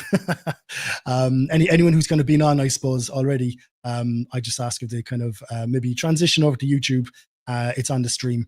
It should be in the WhatsApp group. Actually, I think I put up a link to the YouTube and just allow the next guests to come in because I think the software is stopping them. It's full. Right, our next guest. Who have we got? Ooh, Dermot. Is Dermot here? He is not. See, he probably was trying to get in, and he probably was kept out. So we'll wait for Dermot to come. I'll give him an old text there now in a second. But next up, we've got Dermot's there. Just popped in. Dermot, how's it going? I see you in the backstage, and I'm going to bring you in there in 3, 2, 1. Hello, lad. Hello. How are you doing? I'm very good. I thought you were late to the party there, but fair play. You just popped in just in time. I was trying to get in, and as you said, you know, it wouldn't let me in, you know. But no. There's too many lads hogging it. But I think they're checking it now, going to YouTube at the moment. So that's grand. Dermot, fair play to you for coming on. I appreciate you. Thank you for submitting a single cask or Irish apple brandy sample for everyone to try. No one has tried this before. No one has gotten to try any of the single cask stuff. What they have whoever's lucky enough to try was the Or brandy that was released at Cork Whiskey Fest, I believe, this year, wasn't it? I think that was the release. And Or brandy, I suppose, is from Stonewell Cider. So maybe tell everyone kind of, you know, when you came to the company and what your involvement is and what you're at, very briefly. Yeah, so I started off working, I suppose, in the industry. When I started working at my first job was in Middleton Distillery in the visitor centre, and I was there for 2.5 years. So I joined Stonewell. It was actually this time last year. It was the 15th or the 16th of September last year. And so I work in production, making cider is obviously the main thing we're doing. And we do kind of small batch ice cider, small batch apple wine. Say again? No, I was trying to get the label up, but it just won't focus. Sorry. There's too much going on around the place. Sorry for disturbing you. No, you're grand. But so this is one of the, actually we did do it. I did a tasting not too long ago. I think it was in we probably did it in Shelburne? Shelburne, the Shelburne in April this year, where it was actually this one we tasted. So this is one of, because the Or apple brandy that we released this year, it's a lot different to what we're going to be, I suppose, what we're going to be working with in the future, because this year's one was the base of it was virgin Limousin oak, with some first fill sherry and first fill Burgundy wine kind of added in as well. So it was kind of very, I suppose, I think it was a bit, when we were kind of putting it together, I was kind of nearly the whiskey drinker in me was kind of, going towards something more oaked, if that makes sense. Yeah. This one here, So though, are you telling me that the Or brandy releases are going to be in kind of different batches? So will that be marked on the label? Will we be able to distinguish if we are drinking a batch 1, batch 2, batch 3? Yeah, so the one we have now, as of now, the back of the actual bottle, I don't actually have it on the moment, at the moment, but it says batch 1. Now, brilliant. Yeah, so the thing is, like, going forward, ideally what we'll have like, kind of like a vintage release, so to speak, and then we'll have maybe, like, ideally I'd love to get some single casks out there as well, like this one, like, and it's one of the things where I think we've got 46 casks, I think, in total of apple brandy.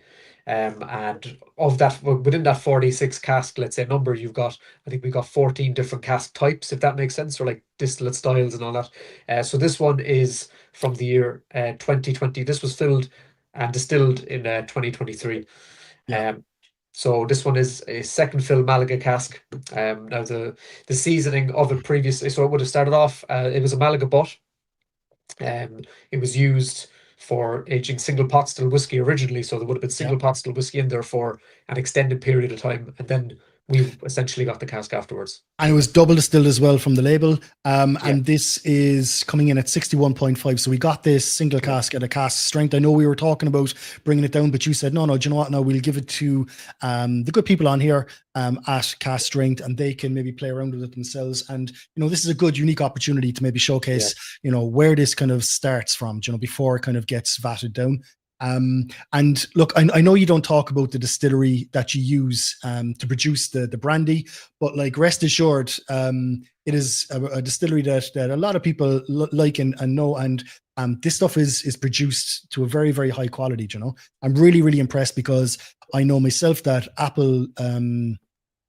fermented apples are particularly difficult to distill. There's a few nuances, you just have to be a little bit more careful than we'll say distilling grain washed, So this is very, very well produced, I think, liquid. Apologies, sorry, say that again, Laurie. Oh God, that was a long rant. No, I noticed the last sentence you said there. Sorry, the last sentence. No, I was just basically just saying, that this is a quality liquid that you have here maturing down in Carrigaline at your base. It's amazing. Yeah, and that's why I wanted to kind of showcase it. Yeah, and as you said, like, coming on to the distilling of the actual cider, like, in my mind anyway, kind of as far as our production goes, and as far as like our setup is, it is a cidery as such, but it's kitted out and made the exact same model as you'd see in kind of like in a French winery. Like, all of the gear we have, Daniel, the owner, his wife is French, and they've got a good kind of French business connection to a winery in the Loire Valley as well. So like, we've got the wine presses we have, the apple presses are used for wine. The macerating tank is used for what was used for wine as well. So it's a full-on winery setup. But we still have the problem in that we're dealing with cider, or apples in general. You've got, like, Barry from Kilahora touched on this at the start. Kind of the sugar content in apples in general is low compared to other kind of like raw materials. Like, you get a very, very low alcohol yield. This year, as he was saying, we're hoping to get a kind of a 7%. Kind of yield, let's say, from the sugar, because of very, very hot year, not as much rain in the summertime. That's all good going, so to speak, for the apple, the sugar levels, basically. So the rare apple ice wine that they produce, and in Kilahora, how they produce it basically is they freeze an IBC with the fermented apple juice, and then basically you have it up on a step, turn the tap, and as it melts, it's the water that comes off first. So what's left last is the kind of concentrated alcoholic, the apple juice. And distilling, fermenting and distilling the concentrated apple juice, or even just distilling the rare apple ice wine, I've tasted an experiment with that, and it's very successful. You know, it's very, very successful. You know, so like there's some great things as this liquid proves can be done with apples.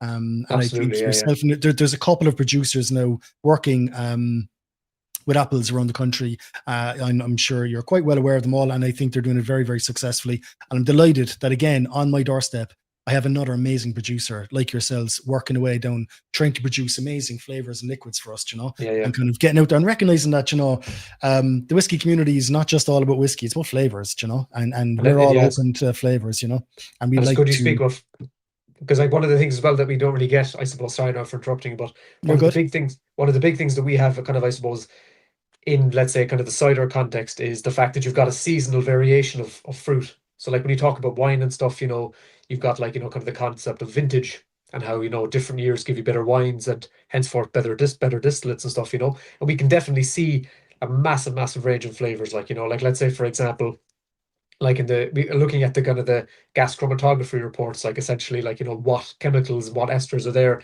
giving flavor. Like, you know, some years we get very, very high kind of like, you know, apple, kind of like, you know, like a good example now would be, you know, ethyl hexanoate or ethyl caproweight, like a very kind of clean, fresh green apple.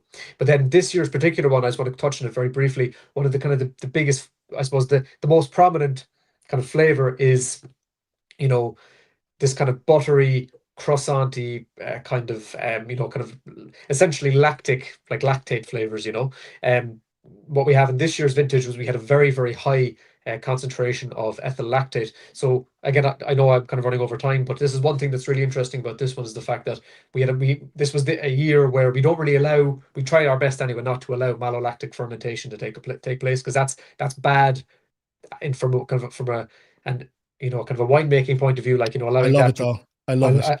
I love it. And this year, I think we're going to try and promote it a bit more, because with your lactic acid, it's going to react with your ethanol to create your ethyl lactate. And that gives you this kind of, I suppose, you can only describe it as butter, croissant, kind of brioche kind of flavors, you know. And this sits on lees as well. Cider sits on lees for about 3 months. So you're going to get all of these, you know, kind of all these weird flavors coming in. So it's an interesting one. Look, as you're even talking there, I'm kind of bringing in a few comments as well. So people are very, very impressed with this, as I knew they would be. I wouldn't have it any other way with liquids in a box that I put out there. So no, look, keep on knocking out of the park. Dermot, I've always been very impressed whenever I talk to you. You're a young fella, but you're a very knowledgeable fella and interested and enthusiastic fella. And I hope you maintain that, keep it going and drive it on, because, you know, the likes of yourself, you're the future of the industry. And I really, really am impressed with your enthusiasm and knowledge, especially, you know, you're not just coming in, you know exactly what you're talking about. And fair play to you. I've always been very, very impressed with you. So look, drive it on. I'll let you go, Dermot. Thank you for submitting this to us tonight. And I'm sure we'll be talking very soon about a few more projects that I've got kind of in the back of my mind for our brandy. Absolutely. Larry, I appreciate all the comments and having us on, you know, so thanks very much. Absolutely. And look, last one there for you. Great brandy. Great brandy, yeah. Nice Great brandy. Simple, you know. Simple. Thank you. Not a bother. Thanks. Bye-bye. Cheers. Yeah, Dermot. One of those young fellas to look out for. I can tell you that much. Great bit of stuff altogether. Absolutely great bit of stuff. Right. Next up, we are going up north, and we are going to have a chat with Jim Ingram from the Friend at Hand. So if everyone wants to pour their Friend at Hand sample, let's bring Jim in and have a chat. Jim, how's the form, boy? Well, spot on. Welcome, Laurie. Are you all right? That doesn't look like the Friend at Hand behind. Well, it kind of does, but it kind of doesn't, because I never saw guitars in the Friend at Hand. No, this is my whiskey office, if we're going to say. This is me in my own gaff. I'm but it's their lights. Looks well. Yeah. Well, it looks well, lad. It looks well. How's the form with you? I suppose maybe can we start off and can you tell people who've been living under a rock what the Friend at Hand is, and kind of what your position and association with the Friend at Hand, and like people don't even probably know what the Friend at Hand is, you know, at this stage. It's criminal to me that the best whiskey spot in the country is so unknown. It's criminal to me, like. Do you know, you keep telling me this, Laurie, and then people keep feeding it back to me as well, that, you know, nobody knows what the Friend at Hand is technically. The Friend at Hand is a predominantly it's a whiskey shop. Originally it was a whiskey store. It was there to sell one product only, Irish whiskey. That's pretty much it. And it's the fact that it's only Irish whiskey we sell. Since 2000 and what year are we in? 2022. It must have been around the end of 2022. We added the museum, the tasting room. This is the tasting room that you're showing images of now.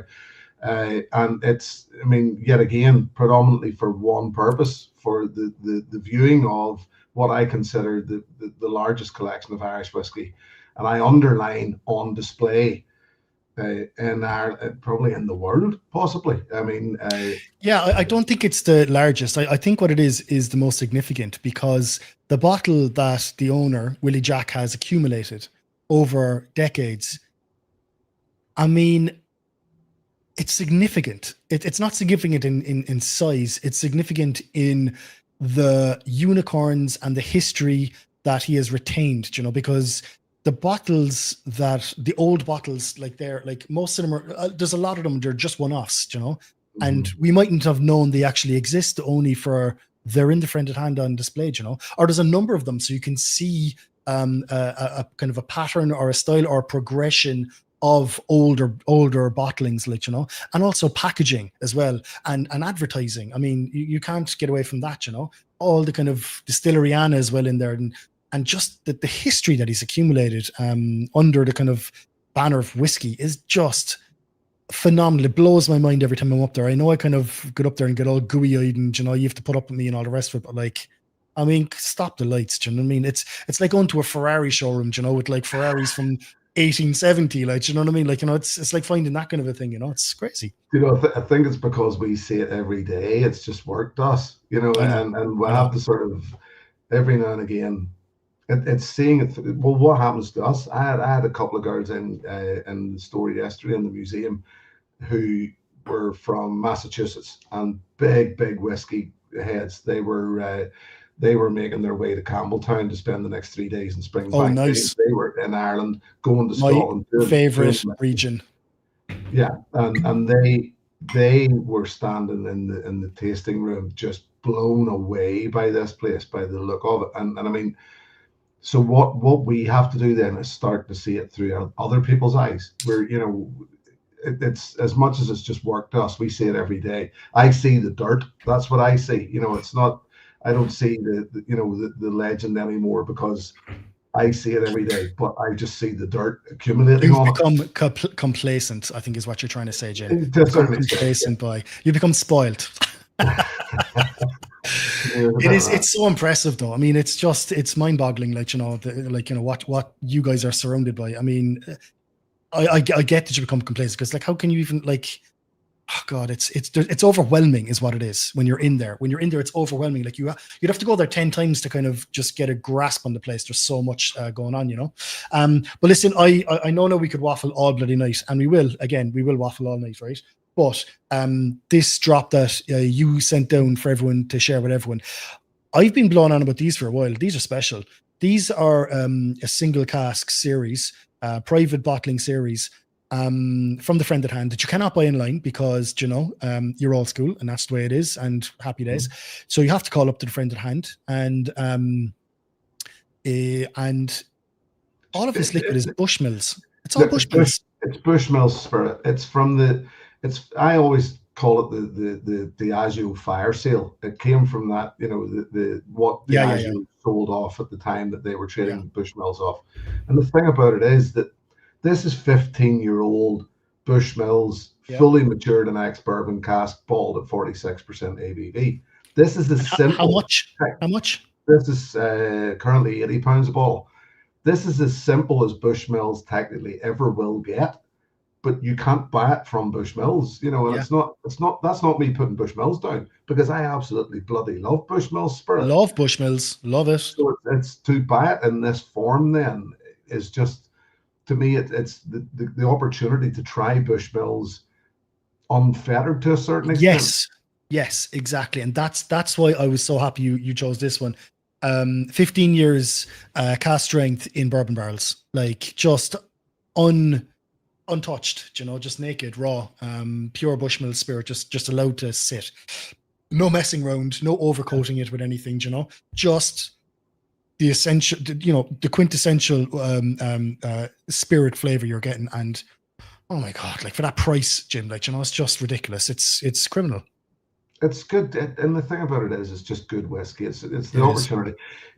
What I love about it is that if the Friend of the Hand whiskey, we've got 15 whiskeys there in the series. If they sat laboured on a shelf and nobody cared about them, then it would be wasted. It's the opportunity for us to spread our whiskey. It's the best-selling whiskey in the Friend of the Hand whiskey, and the fact that it's given people the opportunity to try that Bushmills spirit. And I mean, I love nothing more than the people who come into the store, and you have no idea how many times we hear, I don't like Bushmills. And we don't then tell them that the Friend of the Hand's Bushmills. And we happily just sell them a bottle of Bushmills and have the same customers come back and buy it again and again. And you're going, well, you see, you didn't think you liked Bushmills, but you have some other reason for not liking Bushmills. It's not the fact that they make bloody good spirit. That's bloody good spirit, and have been doing for many, many years. I mean, some of the best older, more expensive bottlings on the market at the moment are all 91 triple distilled and double distilled peated Bushmills liquid. Some of those old kind of 30-plus-year-old stuff. Oh my God, just nectar of the gods, like absolute nectar of the gods. Like The Chosen, you know, like JJ Correa, Louise's The Chosen, like, you know, again, that 1991, you know, like, I mean, just the list goes on. It's amazing, you know. Listen, Jim, I'm going to leave you go. I'm going to leave you get back to listening in and having enjoying yourself. I will be up to you very, very soon, I'm sure. I will ring you for a proper chat, and I have a little project. I have another little project in mind, so I'll be on to you. All right, boy.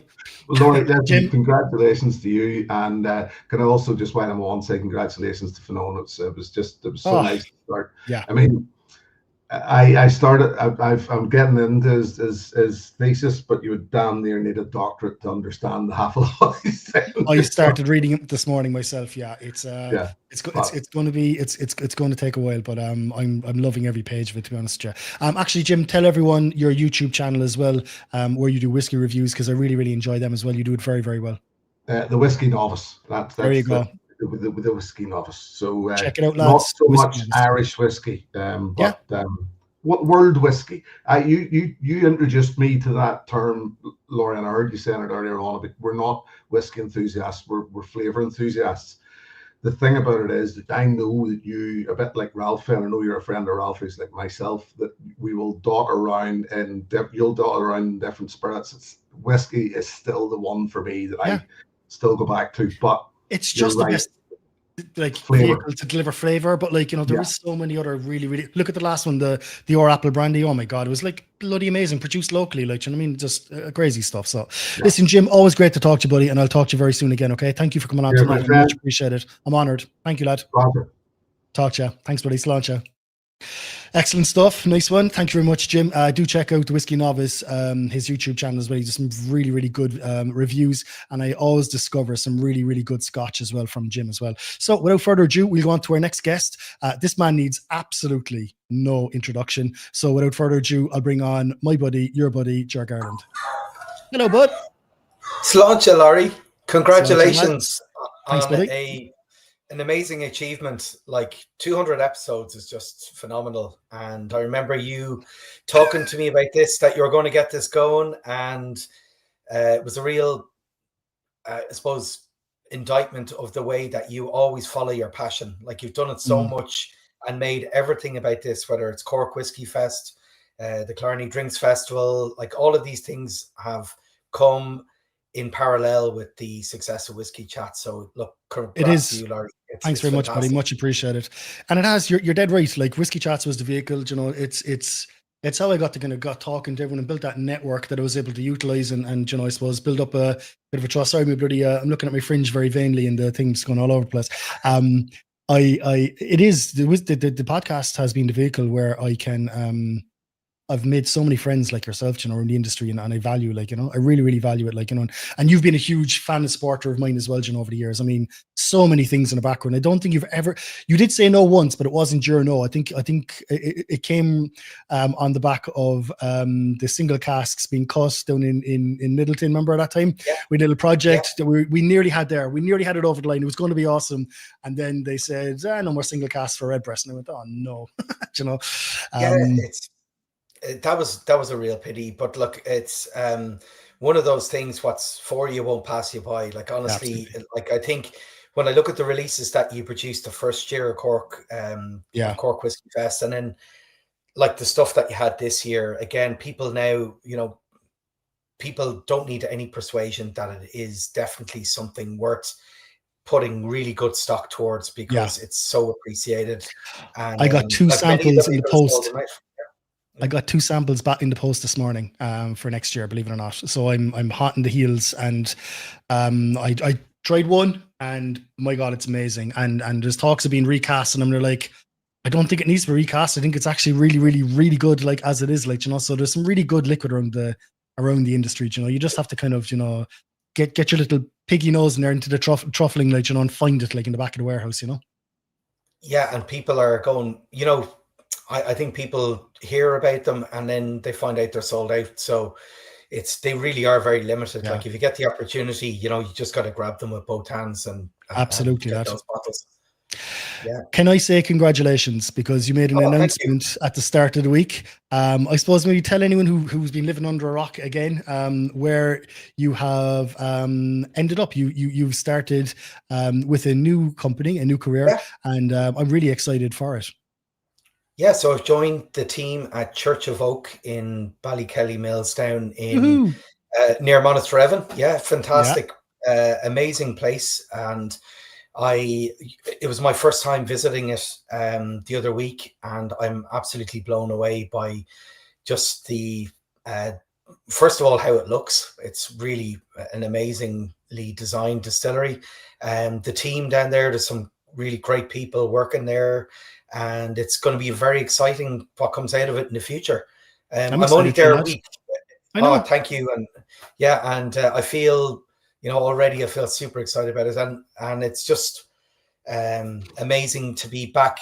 I had a fantastic couple of years working between here and the US, but I suppose Irish whiskey is where I feel my real passion and drive is for, and I'm glad. I just feel really comfortable where I am at the moment. It's brilliant. No, I'm really, really happy for you. I'm glad you've landed in a good place, something that suits you, your family, and also I think that suits your status. For want of a better kind of compliment, because I think you need a big brand to be behind. I think a big brand deserves you, and I'm glad that you've landed somewhere really, really good. So I can't wait to see what happens the next couple of years for you, Ger. And me, I'll be on your coattails for the journey, lad, and wishing you all the best. Absolutely. Oh, I'm looking forward to it, Larry. It's going to be really bright and amazing things to come. I think so. I think so, buddy. Ger, thanks for everything, boy. I really appreciate it. I'll be chatting to you very soon again. And thanks for coming on tonight as well. Thanks for giving me the time. Congrats again. And thank you to everyone for the great support that you shown me over the last years and the last week in particular. Cheers. Absolutely, buddy. Best of luck. Thanks. You deserve all the success, lad. Talk to you. Thanks, Ger. Thank you. Bye. Bye-bye. Right. So we are just a little bit behind time. I know there's a few lads on there in the background. Thanks very much for waiting on, boys. They're much appreciated.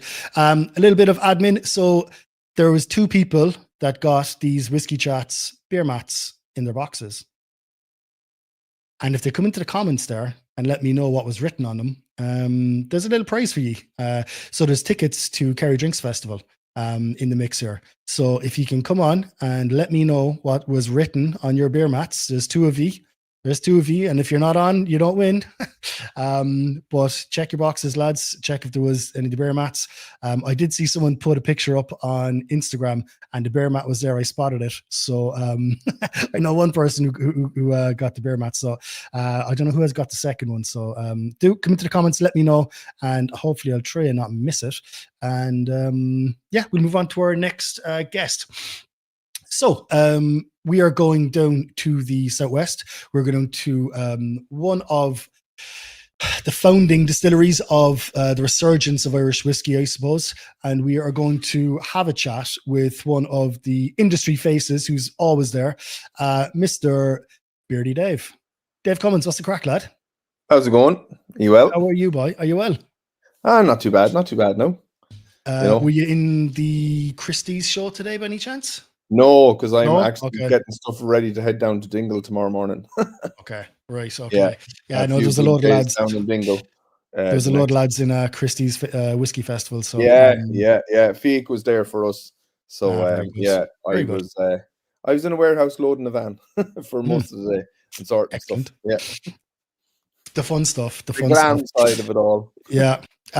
So I suppose I'm very excited with my latest collaboration with Dingle for Kerry Drinks Festival. I'm really, really happy that you guys are on board advocating and supporting the new festival. And I suppose I haven't announced it just yet, but we have the only festival bottling for Kerry Drinks Festival coming from Dingle. I wonder, can I share the label? Because I think the label is pretty special. I don't think there's any problem sharing the label. I think I'm okay to show the label. I'm going to be putting it out there in the next week or two anyway. If I can find it there. Yeah, here it is. So everyone, this is the new labeling from Dingle for the single casks. And I am going to be the first one to have the privilege of having it on a bottle. And this is it. And as you can see there, there's Kerry Drinks Festival 2025 logo on there. It's definitely not bottle number 1,000 of 1,000 bottles. I can tell you that much right now. It's going to be very limited. I think there's only 150 bottles in total being retailed. There's going to be a 50 bottle pre-release, and then the rest of them are going to be available from irishmalts.com, who will have a stand and are one of the festival sponsors as well at Kerry Drinks Festival. But I think that is a stunning new label, Dave, for the single casks.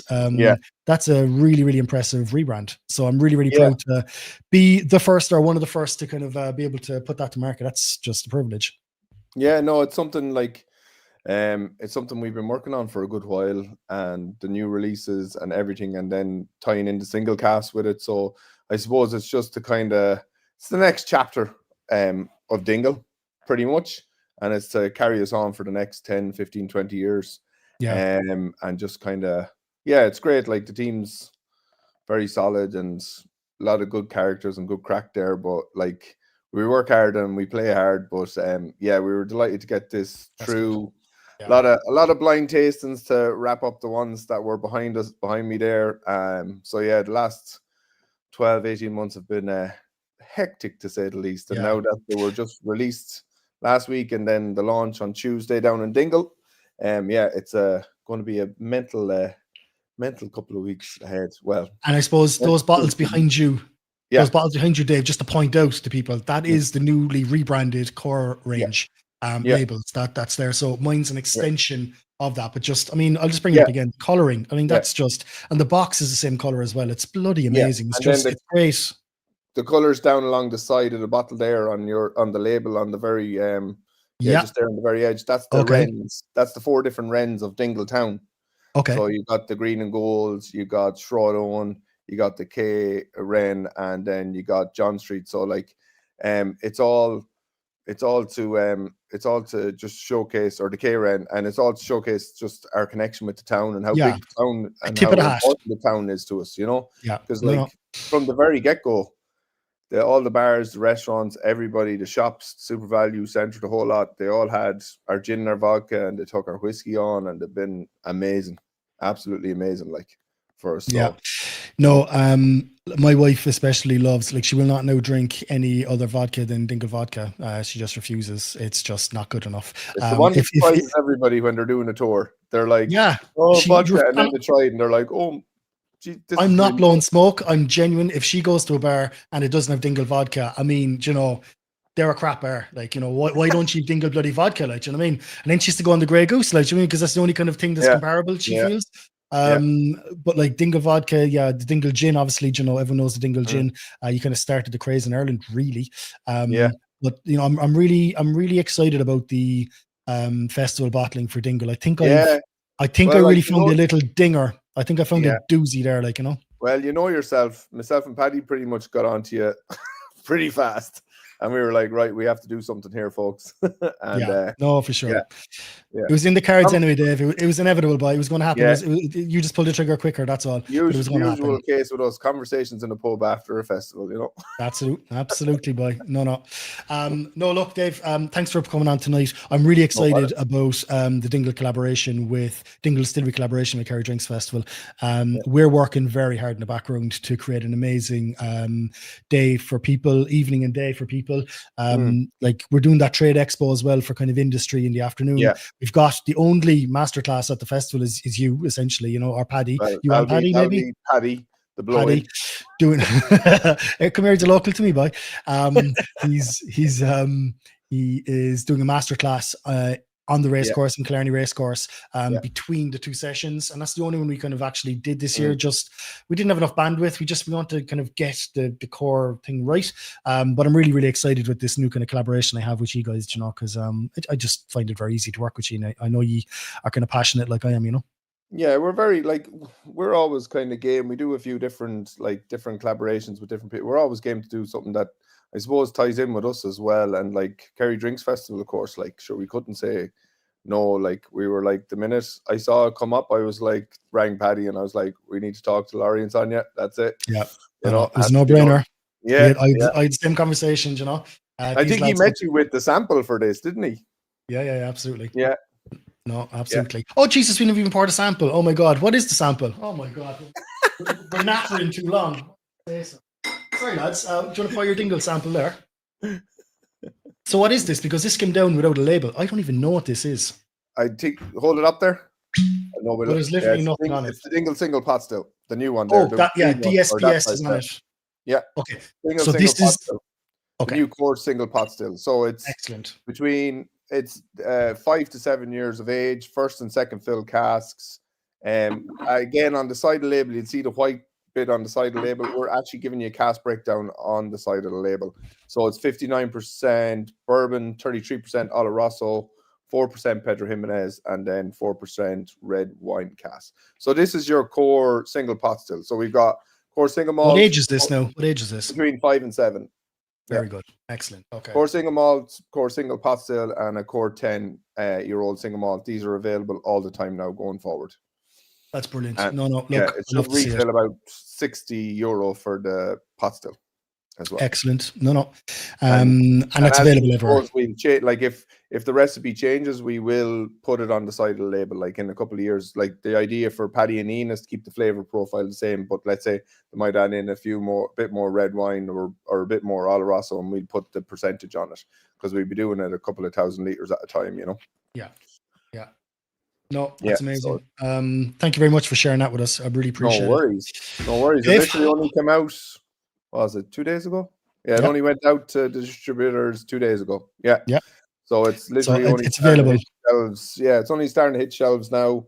Hopefully it'll be in pubs next week. Having a launch on Tuesday night down in Dingle. So if anyone's in Dingle on Wednesday, sorry, everything's going to be closed. Because I don't know if there'll be too many people able to get up in the morning after that one. But that's really good.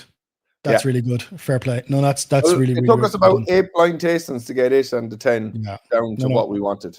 So we do like a kind of collaborative team effort where everyone, the Dublin team, which would be like about 6 or 8 of us, and then about 20 down in Dingle, and we all blind taste it, give nose, taste, finish, everything, and mark it. And then for the crack, for the last 2 blind tastings we threw in other whiskies that weren't Dingle but similar. So it was good crack. It's good crack. No, that's good. Best of luck with that tasting, and I will talk to you very, very soon, Dave. I'm very confident. I want to get that bottle to people's hands in November as well. Through yourselves and Kerry Drinks Festival. Really excited for that. Cool, Dave. Thanks very much, bud. I appreciate it. No bother. Have a good one, lad. Thanks, bud. Nice one. Right. Thanks to all the guests who were in the background hanging on. I know I'm running a small little bit late. It was a glitch, but I really appreciate your patience. So next up, lads, we have Michael Clancy from Lockery Distillery. My friend, your friend, everybody's friend. Mike, I'll welcome you in, boy. Hello, Hi, Mike. Laurie. How are you doing? How are you, lad? Thanks for your patience. Much appreciated.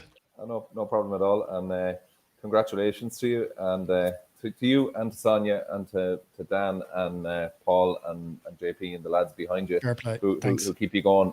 Absolutely. I think most podcasts wither out after about 7 episodes. So get to 200, fair play. And from my point of view, it's always a must listen, and it's one I'd always recommend to people. So no, fair play. And as producers, people in the industry, we appreciate everything you do to promote Irish whiskey and an Irish drink as a whole. So I try my best by. That's all I try. Yeah. I do try my best, and I try my best by everybody. I haven't fallen out with that many people either, which is a good thing. But I'm usually pretty nice. But if someone falls out with me, well, they fall out with me, and that's the kind of end of it.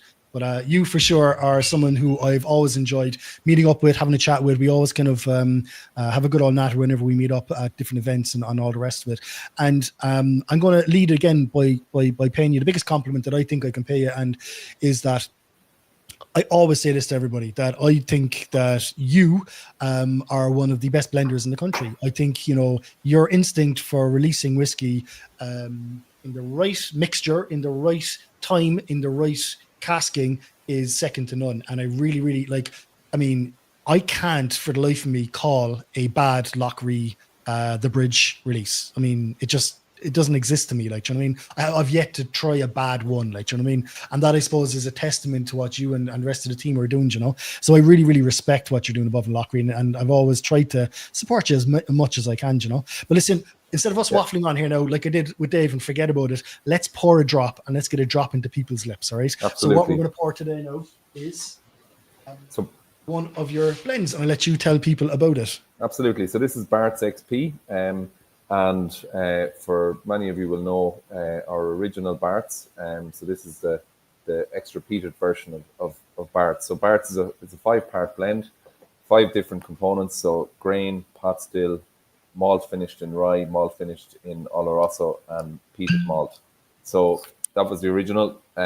What we've done with Bart's XP, which you're going to taste, and also Bart's XS. So Bart's XP is the extra peated version, and basically what we've done with this is we've turned up the peated component in the blend and then kind of rebalanced it. And the XS version is we've done the same. We've turned up the sherry component. So hitting 2 little subsets of whiskey people. One is the people who really like sherry and the people who really like peat. So this one hits the people who really like peat. So we thought it'd be a good one to throw in here on this. Lots of people are familiar with Bart's, but maybe not so many familiar with the XP version. Yes, I wasn't actually familiar myself, which is why I'm glad that you kind of put it forward, because I just hadn't experienced it, just hadn't kind of come across me just yet. But like the original Bart's was amazing. It's one of the best blends on the market. Absolutely, really, yeah. No, and look, we constantly get feedback on that from, interestingly enough, from whiskey people, but also from people who are not massive whiskey drinkers. They taste that, and like we did. We had a stand for 3 days at the Ploughing Championships, and I did 2 days on stands myself, and basically talking to people. People are going, "Oh, I normally drink Jameson," and then they taste Bart's or they taste XP or XS, and they're kind of going, "Wow, this stuff is amazing." So look, that's great feedback to get. So for this, and I suppose Bart's, just for people as well, Bart's is sourced whiskey as well. It's not your own liquid. So this is all Great Northern, is it?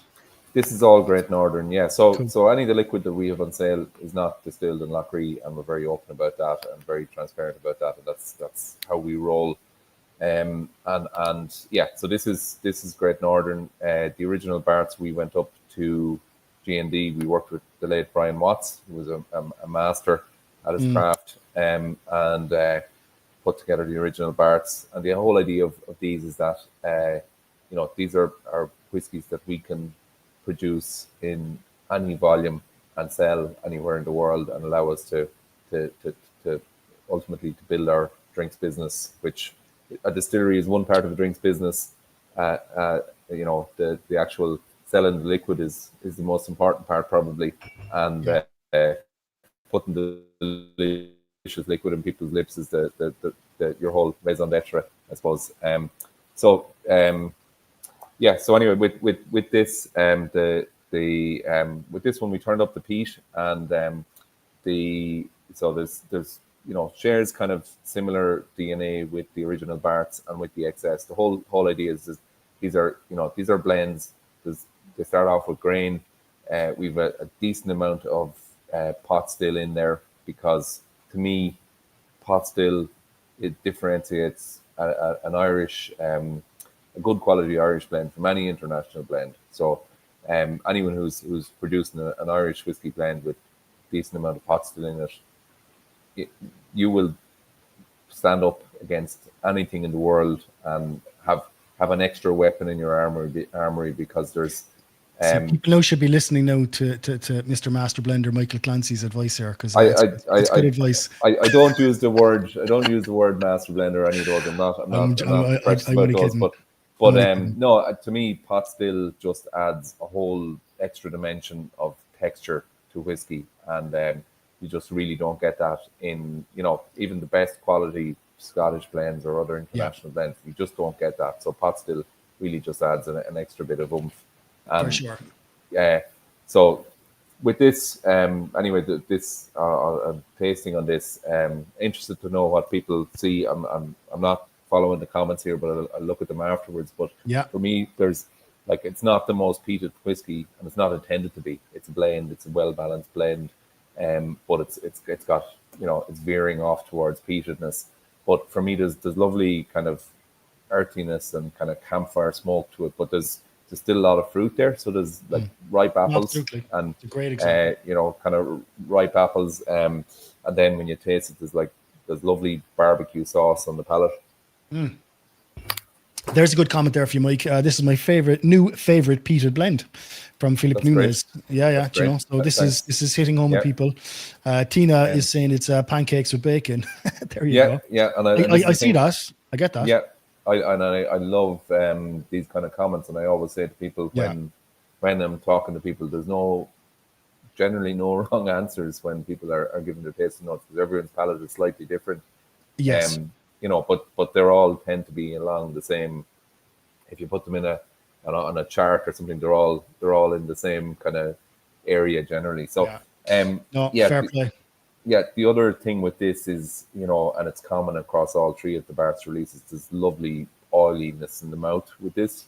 And there's a bit of, I get kind of lovely gingerbread spiciness to it as well. So absolutely. That's a really, really good example of what can be blended within Irish whiskey, And I do urge everyone to check out the Bart's range. It's the original Bart's one of the best blend. And if you like a little bit of peat, a little hint of peat, there you go. That's fantastic. Mike, listen, thanks for always. Well, most of the time, always saying yes to me when I come to you with some mad ideas for projects. I know you've yet to come. That's to a loaded question, loaded comment. Laurie. It is a loaded comment. I know we've got something in the mix that I'm waiting on the yes on it. So look, I do hope to work again with you in the future. I do. Again, respect everything that you're doing above, especially yourself. I really do think that Lochry are just punching far above your weight. And I will see you again very soon for another chat and a pint, maybe. But thanks for coming on tonight. I'm much appreciated.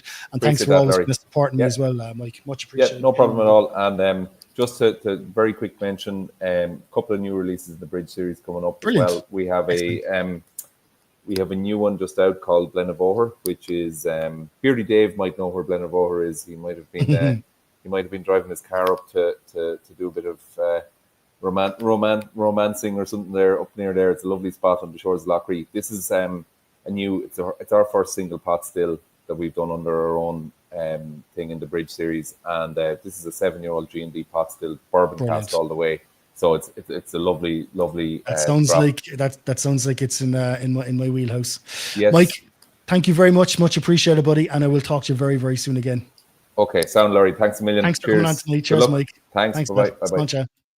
Right, thanks very much to Mike. Lochry, one of my favorite little distilleries out there, and brands out there especially, really just always punch above their weight. Right, from one small punch above their weight distillery to another one. Next we have Gareth above in Copeland, who punch well above their weight in the flavour stakes. So I'll bring you in, Gareth, in 3, 2, 1. Hello, fella. How are we keeping? Hello. Yeah, good, mate. How are you? You all right? Sorry, I know I'm a little bit tardy. I'm usually very, very good on timings, but we're getting there. We're getting there. I'll pull it back there now in a second. I have a little plan in a second. We'll pull it back for some other lads. But thanks for the patience. I do appreciate it. I know you've been in the waiting room there a minute for an extra few minutes. No, don't worry, don't worry. I was meant to be out tonight. It's my birthday tomorrow, so but we changed plans all around this, of course, you know. Of course. Well, thanks. I Nothing to do with the being kids. so Nothing to do important. with the kids. No, thanks, Garrett. Much appreciated. So look, let's not waste a bit of time. Let's get liquid on the lips, okay, first off, before we forget and start waffling. So you sent down... We sent down our single grain. Yeah. So this is the only single grain we had in the box, which is great to have that diversity. Oh, okay, and yeah. This is the Merchant's Key release. Yeah. Come on, is, camera, play with me. There we go. Come on. There we go. We're playing at me. There you are. So that's our 5-year-old single grain. So Yes. it's been out about a year and a half, maybe. I always lose track of time, to be honest with you. You've been in my distillery. You know how chaos it is. It's class. It's just constant chaos, like, you know. Best distillery cafe they're going. Like your cafe is inside in the production, in the still house, in the still room. So you're just up on a small little balcony, just overlooking the lads, making sure they're all doing their jobs right and they're mashing in, distilling correctly, and sipping on your cappuccino, looking at all the boys slaving away and lifting bags of barley. And what a bloody great little cafe coffee shop area there. It's not ideal if you want to go in and read a book.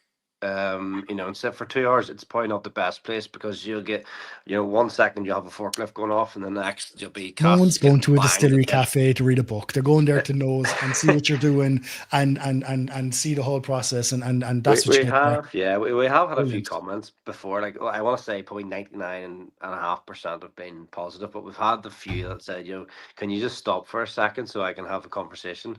And it's maybe right in the middle of us changing over tanks or vats or filling stuff, and the forklift's going off, and there's deliveries happening.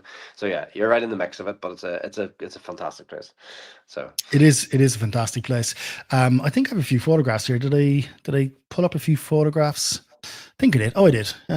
Here's yourself and some lovely people inside in the distillery. There's me looking a bit younger probably as well. yeah. But that's it. And kind of where the perspective of that is essentially. Oh, I do have a picture here. No, I have a picture here of the actual. There's the cafe. Do you know what I mean? Essentially, the kind of the end of the cafe. But you were in the still house. You were there looking and criticizing all the lads when they do everything wrong down in the brew house and in the distillery. But you're in the mix of it. It's brilliant. It's fantastic. And you're sat there with your coffee and scone, looking at all you lads working. I mean, I love it. That is such a cool thing to have, because I don't think we can have it in the Republic. I don't think I don't think will allow it. Yeah, I don't think revenue would allow it. I think, and then up in the north, I suppose there's no one else who kind of has the setup that we have. We're right in the middle of a town as well. Like, you walk outside and 10 meters in front of you, there's a pub, and the restaurant, and and a charity shop, and the R&I shops right there as well. So, and then 10 meters, there's the sea. Yes, yeah. So just don't walk too far, I suppose. But we are exactly. We're right in the middle of the town, so we kind of have to have a bit of flexibility, which is great. So and anyone wishing still to come up, drop us a text, and we'll welcome you with open arms. No, you're very welcoming. This drop of single grain, the 5-year-old single grain, is this Cooley or Great Northern? It's G&D. So a bit like Michael there, our first Merchant's Key range, actually, I was working alongside Brad as well, trying to get it going. Now, that was back in 2019, 2020, probably, with our Merchant's Key range, which is everything you see under a Merchant's Key brand is source liquid, whereas everything you see now is outside the Merchant's Key range is our stuff. So the single grain was brought in to add something to the category. So a bit like, if anyone knows about us, we produce gin, rum, whiskey, coffee liqueur, vodka, and we do a range of different products for other people as well. Your coffee liqueur is exceptional. I always have a bottle in the fridge. Sonia was a big fan of it. I can go and prove it. It's in the fridge. It's around 10 foot away from me, and I always have. It's really, it works really well in a Belfast coffee. It works really well in Belfast coffee. So we wanted to bring it out to add something to the Merchant's Key range alongside the blend that we have, which I suppose the Blue Label blend. So. I'll have a different product completely as well. Just so we always have two products on a shelf representing Copeland that are, and this is always as our whiskey was developing and as maturing away. So, yeah, like this is G&D. It's sourced. It's 5-year-old malt and it's 5-year-old grain whiskey, aged in bourbon casks. An element of it then is transferred to PX for further 2 years. Another element of it is transferred to Moscatel barriques for 12 months. So it's effectively what you've got is a 5, 6, and 7-year-old. So it's quite complex. It gives you really and this is on your Merchant's Key range as well. So all your Merchant's Key stuff is kind of sourced, but you also have now your own liquids coming to market as well. Like your 20 at the moment, it's like 25.12 trees kind of coming to market. Very successful, you know. Yeah, so there's 25.1 and 2, 25 representing the year and 0.1 and 0.2 representing the releases. So really straightforward. The next one is out. Well, funny. The next one was meant to be out in 2 weeks' time. We've had a slight problem with operations that I'm sure everyone else in this podcast probably feels the same issues with these days. So we have a bit of a slight delay. So you're probably talking middle of October now instead of the start, but that's okay. And that's our just in next time release, for Christmas. which is our exact. So we have 25.3, which is a blend of 8 different casks. Really exciting. We actually blended it in the distillery the other day. So there's a few people who were down who are people you would know as well who were down lurking around and getting a few looks in there. And then we have our first ever pot still actually at the end in November as well. So 25.4. Your own pot still, yeah. It's at 25.4. It's 500-600 bottles. And that'll be November 2000. That'll be November this year. So we're really looking forward to that. So there's 2 more releases to come. That's a public release, not a private bottling release. It is, it is. So it's a public release. So we're really looking forward to these 2 releases and everything else that has to come really. So, but yeah, the Sin Grain for us has always been a winner. It's my favorite sourced one that we do. It just has a really great, powerful kind of nose to it. The flavor profile is fantastic. It's obviously it's lighter in color, so it kind of it's deceiving a wee bit because of the flavor that it packs. And obviously it's non-chill filtered. No color. That's really good. That's really good. And no other colors also. Fair play. Big fan of that. Excellent. Garrett, listen, thank you very much for welcoming you up to the distillery there. Was it last year? I think it was. I come up to you. I really enjoyed seeing that place. I didn't know what I expected, but I was blown away, to be honest with you. So fair play to you. Your releases so far have been amazing. I know we have a discussion to have, and we will have this discussion kind of off camera, but I'm really excited for what you're doing, and fair play to you, honestly. So look, thank you for coming on tonight. And I will talk to you very soon. Thank you very much, Garrett. Not at all. No, appreciate it. Best of luck in the future, lad. Cheers. Thanks, Laurie. All the best. Not a bother. Thank you very much. Cheers. Garrett Ardvine from Copeland. Fair play to you. Right. So we are going to go next back to the boys. The boys are slacking, so I'll show them up now. So boys, you should be on. You should be waiting in the wings. And JP's got an old song, and we'll just wait now for JP to pull the finger. Ah, sure, there you go. Off going to the jacks, was it, or another excuse? You're muted now, lads. You're muted. Can I unmute you, spacers? No, you need to unmute yourselves. Sorry. There you go. Greetings from the Eurovision Very- Central here in Cork. Very tardy, lads. Right, so we have another song, JP, from yourself. Well done, fires Laurie. in the garage there. Fair play, Dan. Yeah, so listen, just want to say on behalf of the 3 of us, fair play to you, lad. You've been knocking it out of the park there for, is it 5 years? 4 years? How long is it? 5 years, yeah.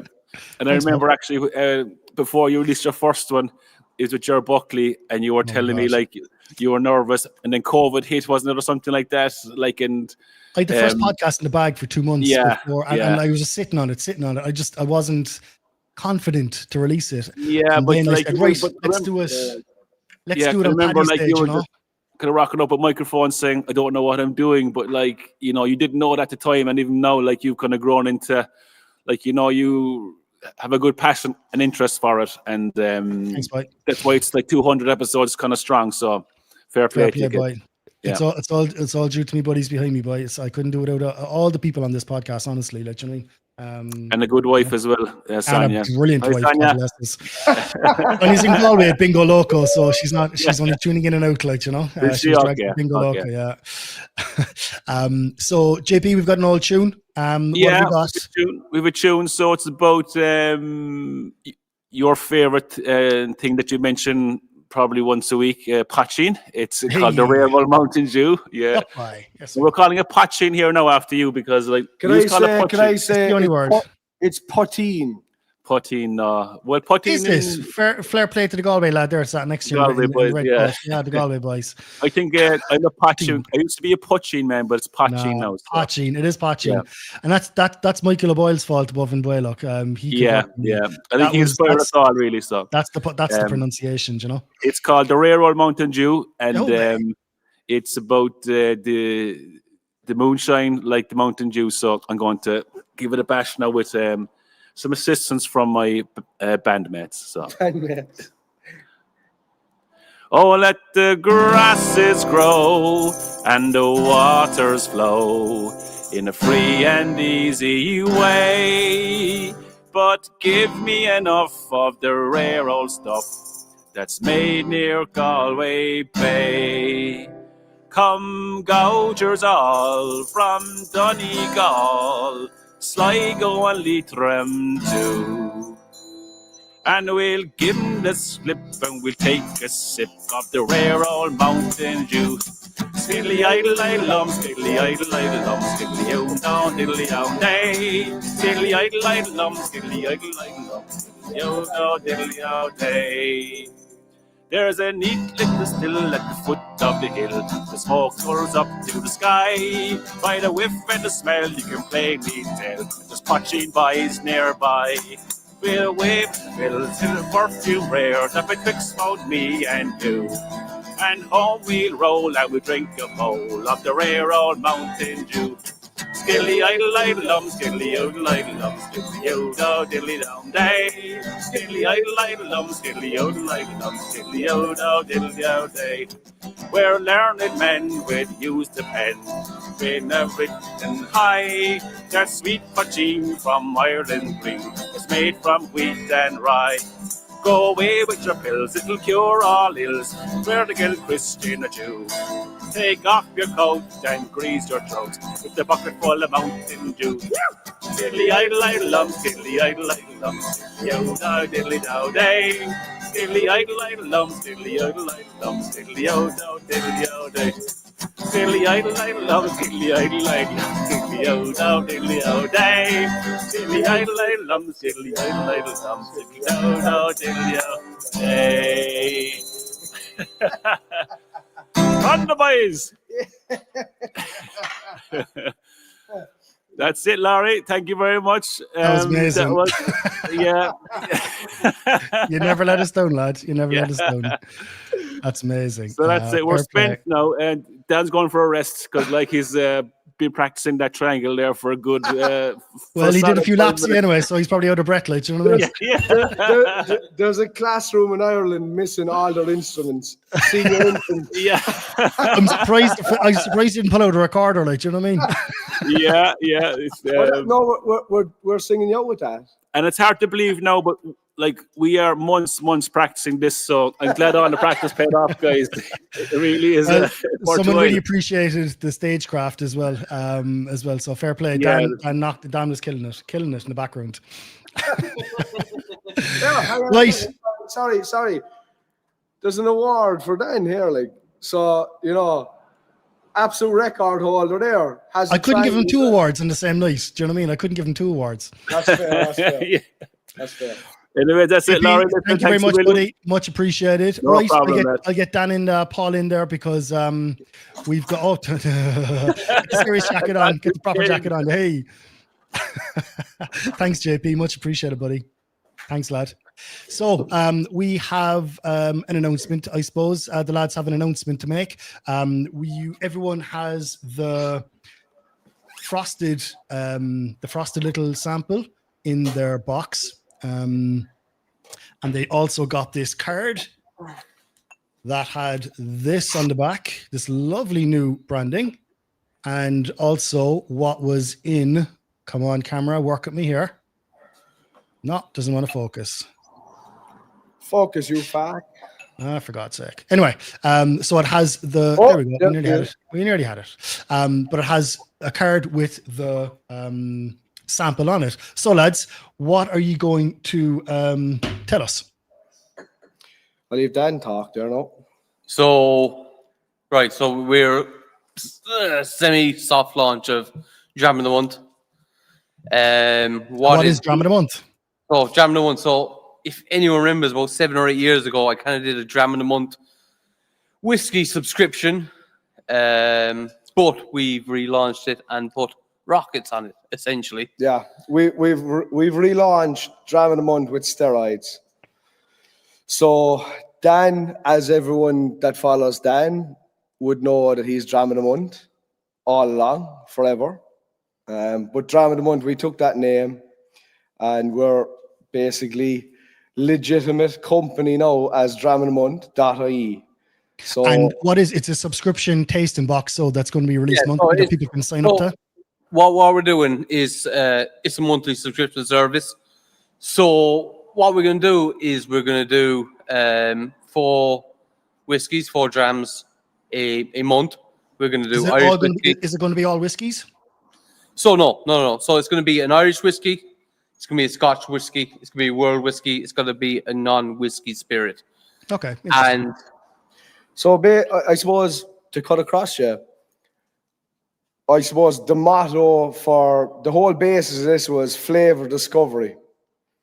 So we were trying to combine flavor discovery, and there's a huge emphasis. Look, you know, Larry, we're all huge Irish whiskey fans. And look, that's the basis of it all.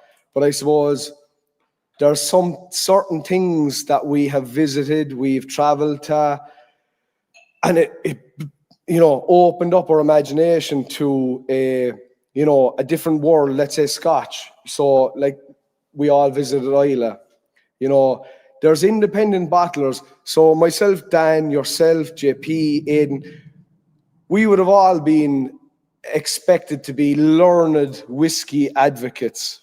And then we go to the likes of Artisan Wishaw, and we're looking at these bottles that we've never heard of in our lives. We don't understand what they are. We don't know who the people behind them are.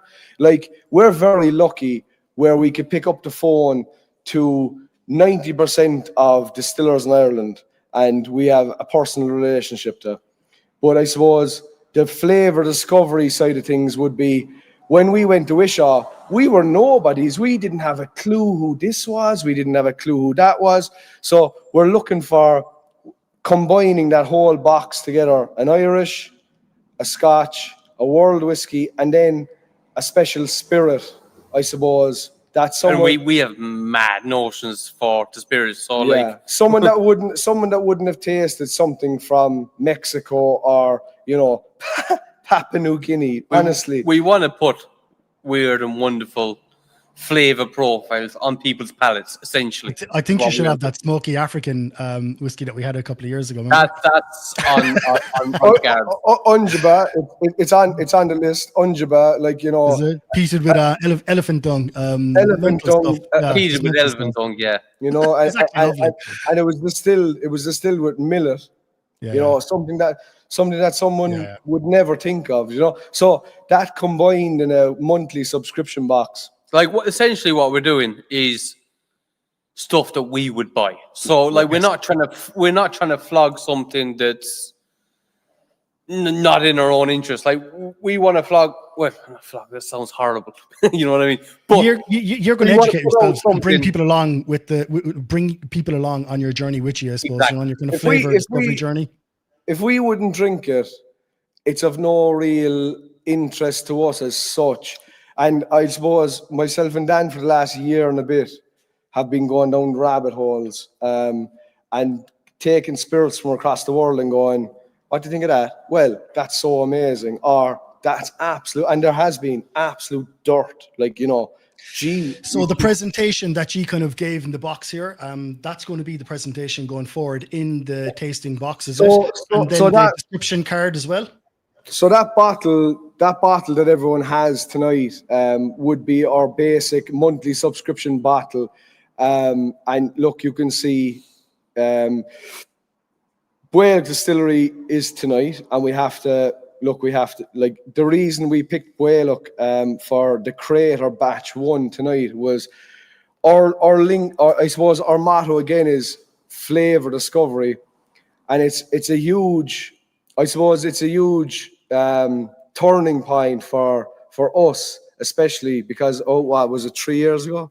Was it 3 years ago in Puccino? Myself, JP, Dan, Laurie, I think you're the same.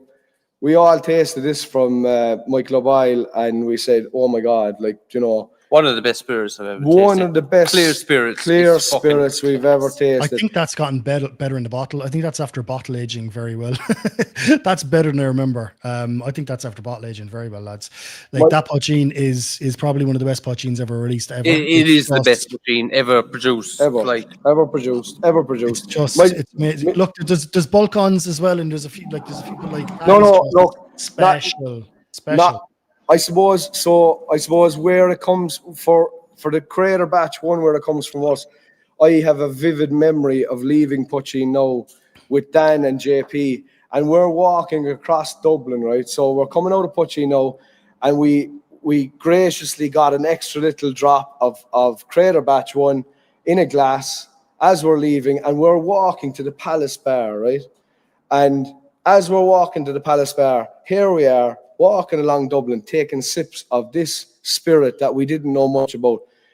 That's always going to live in my memory, right? So I suppose when myself and Dan were talking, what will we give to Laurie for tonight?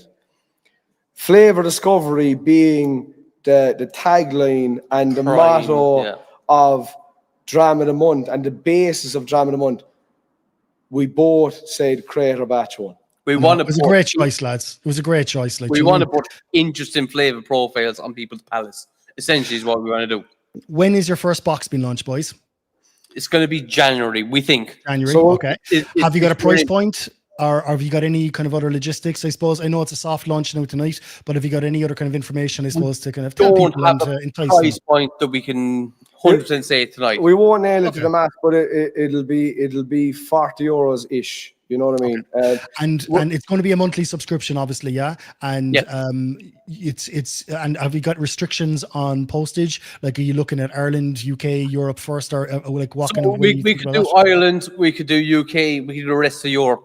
It's expensive. Like everyone on here, especially in the industry, knows postage is very, very expensive. Our costs for the box, it's nearly 30%.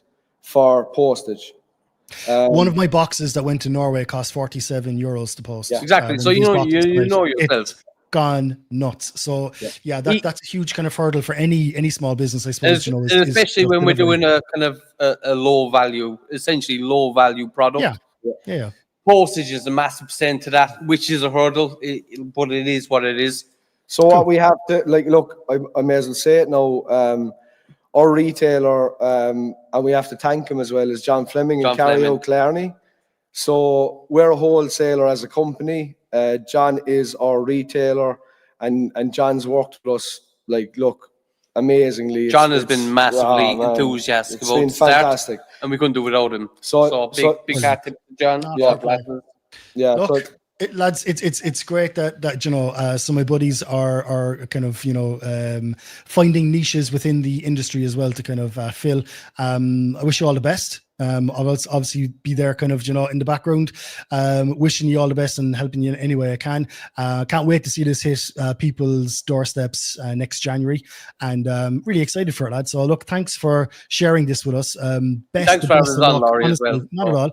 Can I have a dirty plug, Laurie? Go on, boy. Can we ask your viewers, your gracious viewers, to have a look at the socials, and maybe give us a follow? We launched the socials about an hour ago. Instagram and Facebook. Instagram. Give us the tags, lads. Give us the tags before you go. Dram of the Month, dramofthemonth.ie on Instagram. and Facebook, same, Dram of the Month. And if you hit Instagram or Facebook, you will get a link to the website, and we'd love for you to sign up to the newsletter. Because that's where essentially all the news is going to be. We're going to give you all the gossip and the news in the next, couple of weeks as it unfolds. There you go. You've already got another follower there, Con Keaton, saying just signed up. Good luck with this, lads. Looking forward to this. Eric Van Den Eyde, I think Belgium is Eric is living in. He'd love to pay the postage. So look, there you got another customer coming your way. Thank you, lads. Thomas, wishing you all the best there, Tommy Plugger. And Tina, just reiterating, Tina, postage is just a pain in the arse at the moment, I know. What can you do? Lads, we're listen, I suppose, just as Tina comes up there, the shipping to Germany, it's fantastic.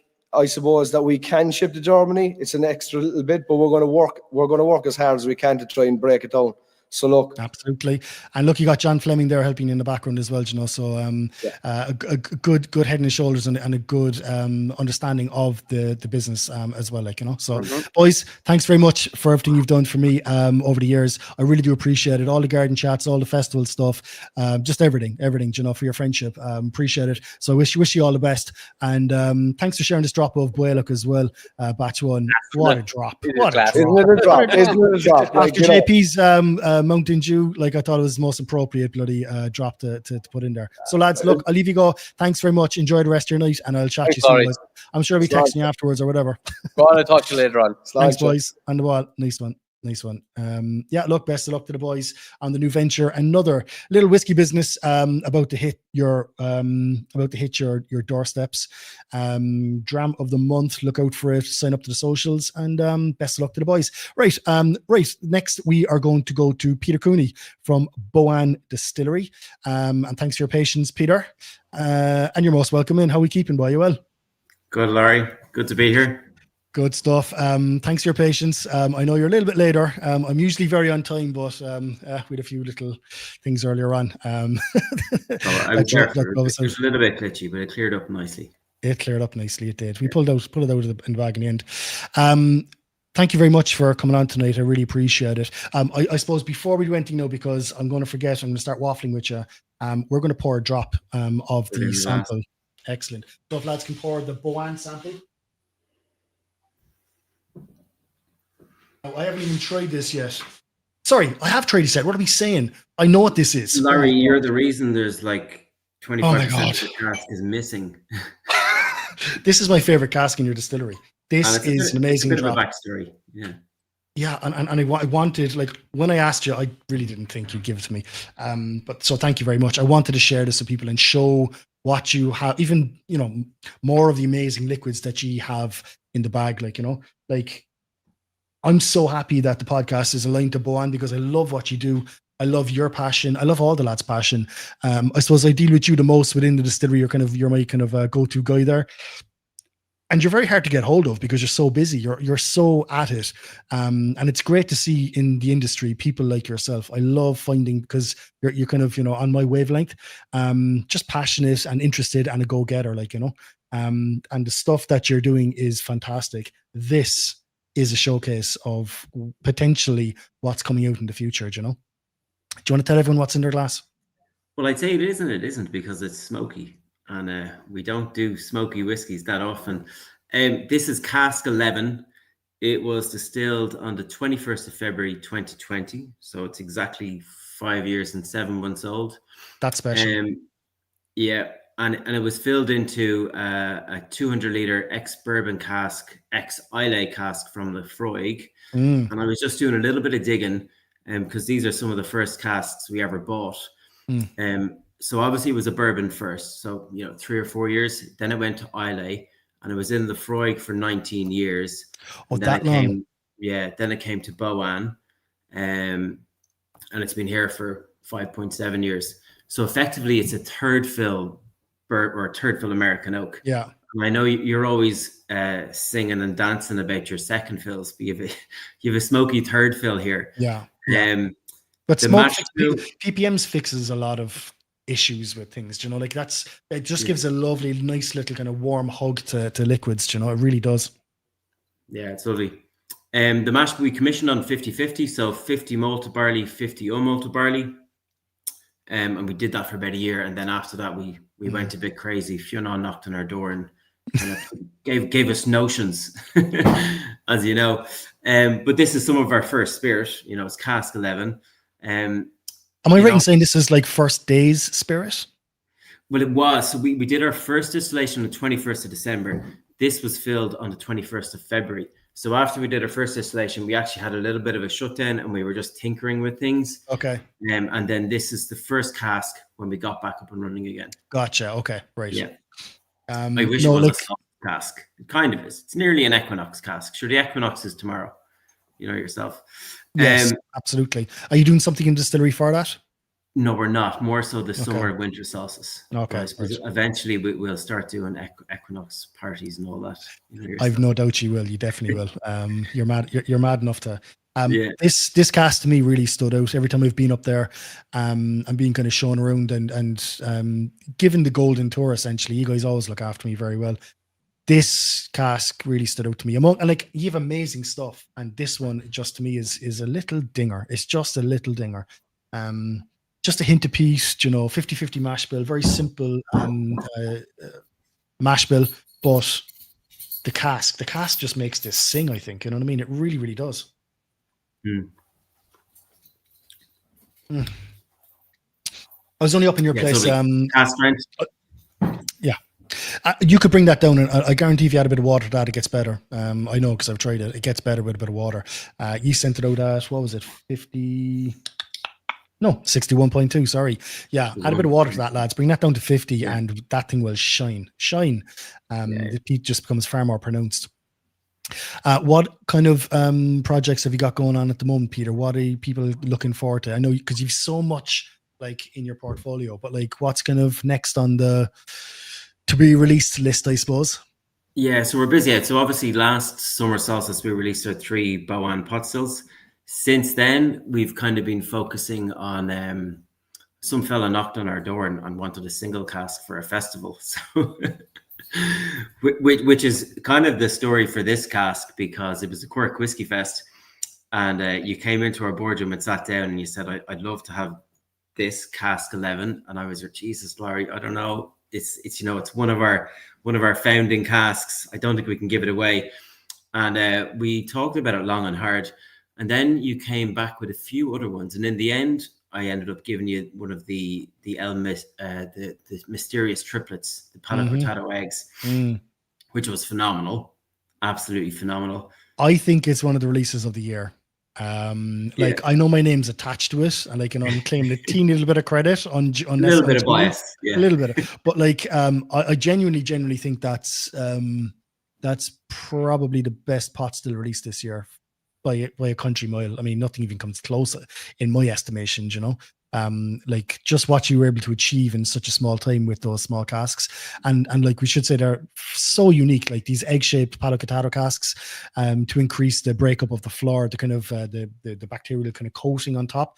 When that cracks, it oxidates the sherry and all the rest of it and creates palo cortado. But that, you know, a circle is stronger than an oval, and that's what I suppose the cooperage commissioned those casks to do is to have a kind of a less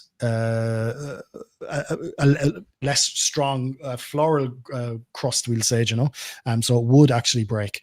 Amazing, like the level of craftsmanship to create those casks to me is like just mind blowing, like, you know, the time it must have taken that cooperage, you know.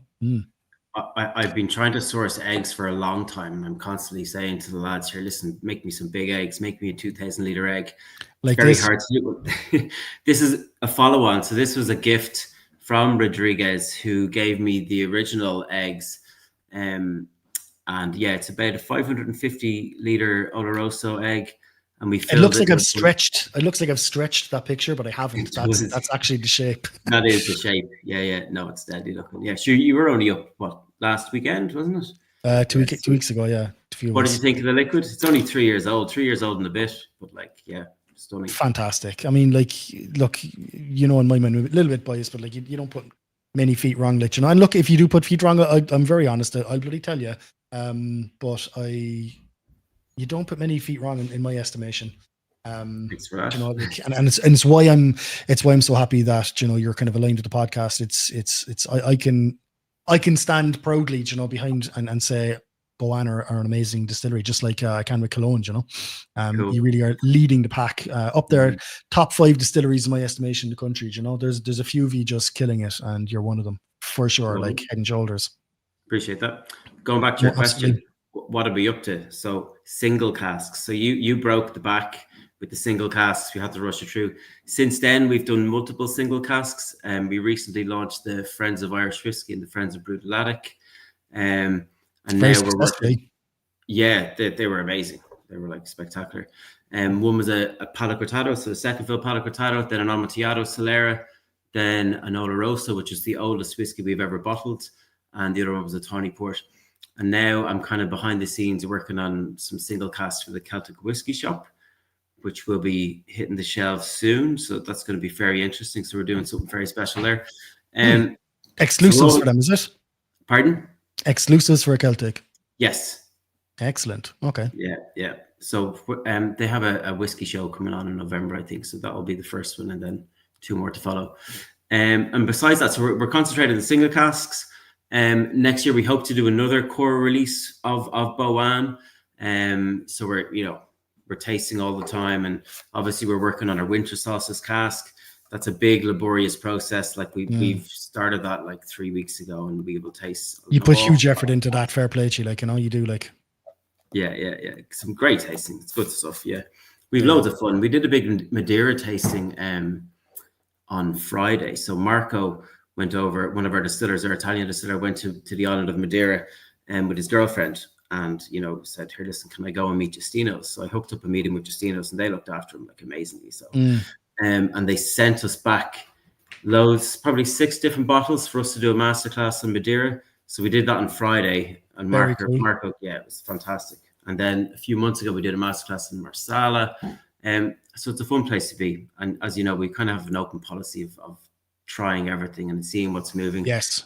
Gary Ring, one of your fans. fellow Quirkmen, is a big avid, and you gave him this little bullet. So he now dips all these casks with his little bullet teeth. He's also a massive fan of this cask. And probably also, I'd say the reason there's only 150 litres left is because of Cork. Yeah. You know, yeah. The Cork Mafia have been dipping into it a bit too much. Yeah. So I think you're going to have to bottle this as a single cask at some stage. I think I might have to. Like, I mean, like, it's calling me. You know, like we have a kind of a bit of a bond now at this stage. It was nearly there, and then it was taken away, and then it's nearly back. And Asha, look, I'll savor the rest of this. It's back, and it's whenever you want it. 5 years time, 10 years time. Thank you very much, Peter. You're very, very, very kind, honestly. No, and I love my kind of collaboration with you. So like, long way at last, and I'm really, really happy that I'm kind of aligned with you lads, and aligned with what you're doing as well. You know, you're just killing it. So look, I'm going to leave you go. I know it's late. Thank you very much for your patience. Before you go, congratulations, 200 podcasts. That's a serious achievement. Thanks, and, buddy. You have been educating the world of what Irish whiskey is. So fair well play. done to you. Thanks. Yeah. Thanks, lad. No, thanks, Peter. I really Roll appreciate on the it. next 400. Oh, go away with you. Give me more work to do. You have Fair to aim play. somewhere. Yeah. I'm aiming loads of places, so fair play. Thanks very much, Peter, Lovely. for Slán all your te, kind Larry. words. Cheers, lad. Slán te. All the We'll best. talk to you Bye-bye. very, very soon, Peter. Thanks, lad. Cheers, lad. There we go. One of the good lads. Let me tell you. Thanks very much, Peter, for everything, honestly. Right, next guest, lads. We have we're going to go to Irvington again. We'll catch up with the lads in the Snug. We might catch them slipping, I'd say, but we'll dive in and see if we catch them napping. Hello, lads. How are we keeping? Hey, Laurie. How are you? I'm well. By the way, I'm Tim. You said Hello? on the episode that I don't think I've met him. We did meet. I met you in Cork. That's right. Yes, I remember your face. No, it's just the name escaped me, but I remember your face. You came to Cork Whiskey Fest. Fair play to you. Yeah. So I just told Jim, I'm not sure why Laurie's trying to get me so tipsy from Ireland, but you're succeeding, my friend. You're succeeding. You're most welcome. You're most welcome. So you're enjoying the night anyway, lads, and just some amazing drops there that people are putting forward, isn't there? I mean, like, you know, what's going on in the industry is just crazy, and it's great to see the positive happier, side of the industry come out in kind of forums like this. Do you know what I mean? This ain't doom and gloom. This is putting our best foot forward and showing people the amazing things that are coming, that are around, and are actually core releases as well. And I'm sure maybe I might have given you an idea or two, lads, about future Snug bottlings tonight. Maybe I'm sure there's a few things there that might have tickled your fancy. Said, "Oh, that's actually kind of maybe, yeah." You piqued my interest with those apple brandies. I'll tell you what. Very cool, very cool. So good. Very cool products, and I'm sure they'd only be too happy to work with you as well. They don't have that many casks, as Dermot said. Is it 56 casks in total? That's it in existence. So we're very, very lucky to get some of one of the single casks as well. And I was pleasantly surprised that their ore brandy will be batched. So because of the different vattings, they're actually going to batch. So they're going to change, as they go along. It's not going to be like a kind of a core product as well. Cool.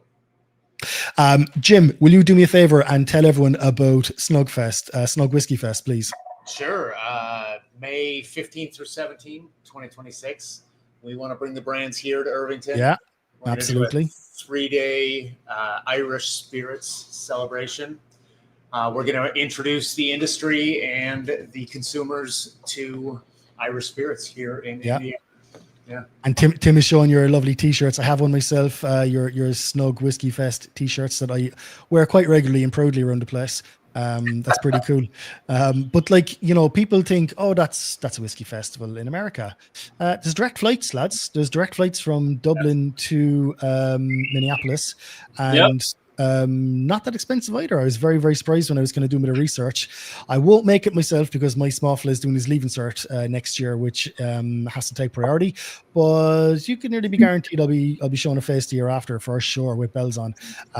But lads, I really do wish you all the best with what you're doing over there.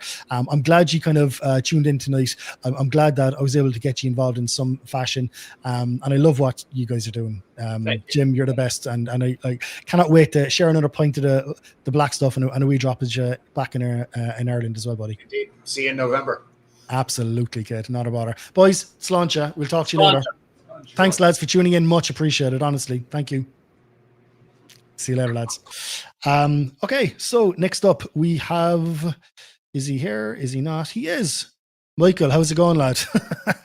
We're running a little bit late, but we're doing all right. Oh, look, we still have Peter Cooney's name up. We'll take that off. Mike, what's the crack? You well? I'm not too bad, Laurie. How are you? Congrats on the 200th. Is this the 200th episode, or has it already gone past? No. This is the 200th episode. I timed it well. I got Jim Arnold's podcast out yesterday. It was 199. This is the 200th episode. Yeah, absolutely it is. So that's a lot of episodes, a big archive of the history, kind of what's Yes. been off. 3 years, 4 years. It is a big archive. It is a big history, I suppose, when you look back. I've gotten speaking to some amazing people. Do you know, people that I never thought anyone would get to speak to? Do you know, the likes of the Barry Crockett's of the world? I mean, holy Christ, I got to speak to Barry Crockett and walk around one of his old stomping grounds in North Maltz Distillery. Do you know, what a privilege! What a privilege! I've had some amazing experiences on this on this podcast, and even spending a few days up with you, working with you for a couple of days and learning so much, and seeing how you did things on a kind of a smaller scale, and being able to relate that and just have a better understanding. It does seem like a lifetime ago. Is it 3 years? 3.5 years? It must be, yeah, it must be. No, it's not 4 years. Is it? Hardly, Jesus. I think it is 4 years. It could have been.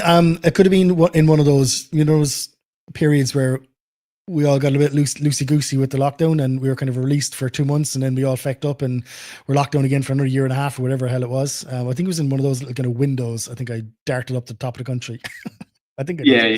Well, you know what I mean. It's been a very busy time for the whole industry. It's been an incredible amount of activity. Yeah. You've expanded massively since I've been up there. I can even see in the background all the different equipment, and I know we talk regularly in the background, and you've bought it, but I haven't actually seen some of those fermenters and all the rest of it. That's all new to me. Well, I can give you a walk around if you want, but it's up to yourself. We'll do that another time because I know we're running on here for the other guests.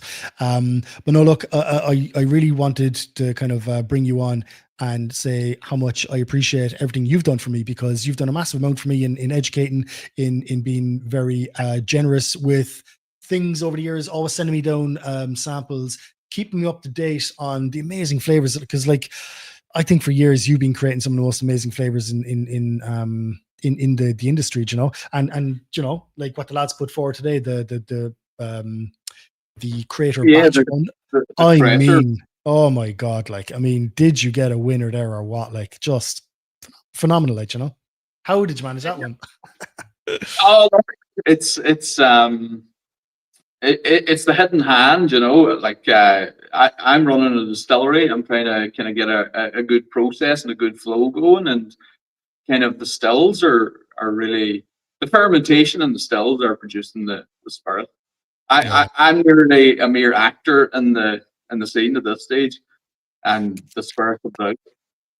No, like, you're killing it, and I've loved following your journey. Like, I really have. Like, I know that sounds cliche, but I genuinely have, because you're so small. You're a one man show. You've achieved so much. Do you mean, like, you know, look at even just the investment that you've managed to achieve behind you. You know, that's no mean feat for one person. You know, to create what you've created, and it's even just the romanticism of your story. Like, just gets me going. I'm like, that's just the best, one of the best stories in the industry. Do you know what I mean?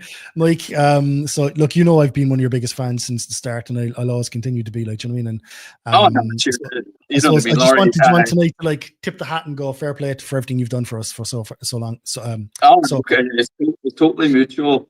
You know what I mean? The reality is that most people in the industry in Ireland are just trying their best to get a foothold and to get going, and you know, to make something out of it. And you know, Irish whiskey, you know, it's got a bright future, and I think with the base that's kind of been laid in the last 5, 6, 7 years, it's going to go places.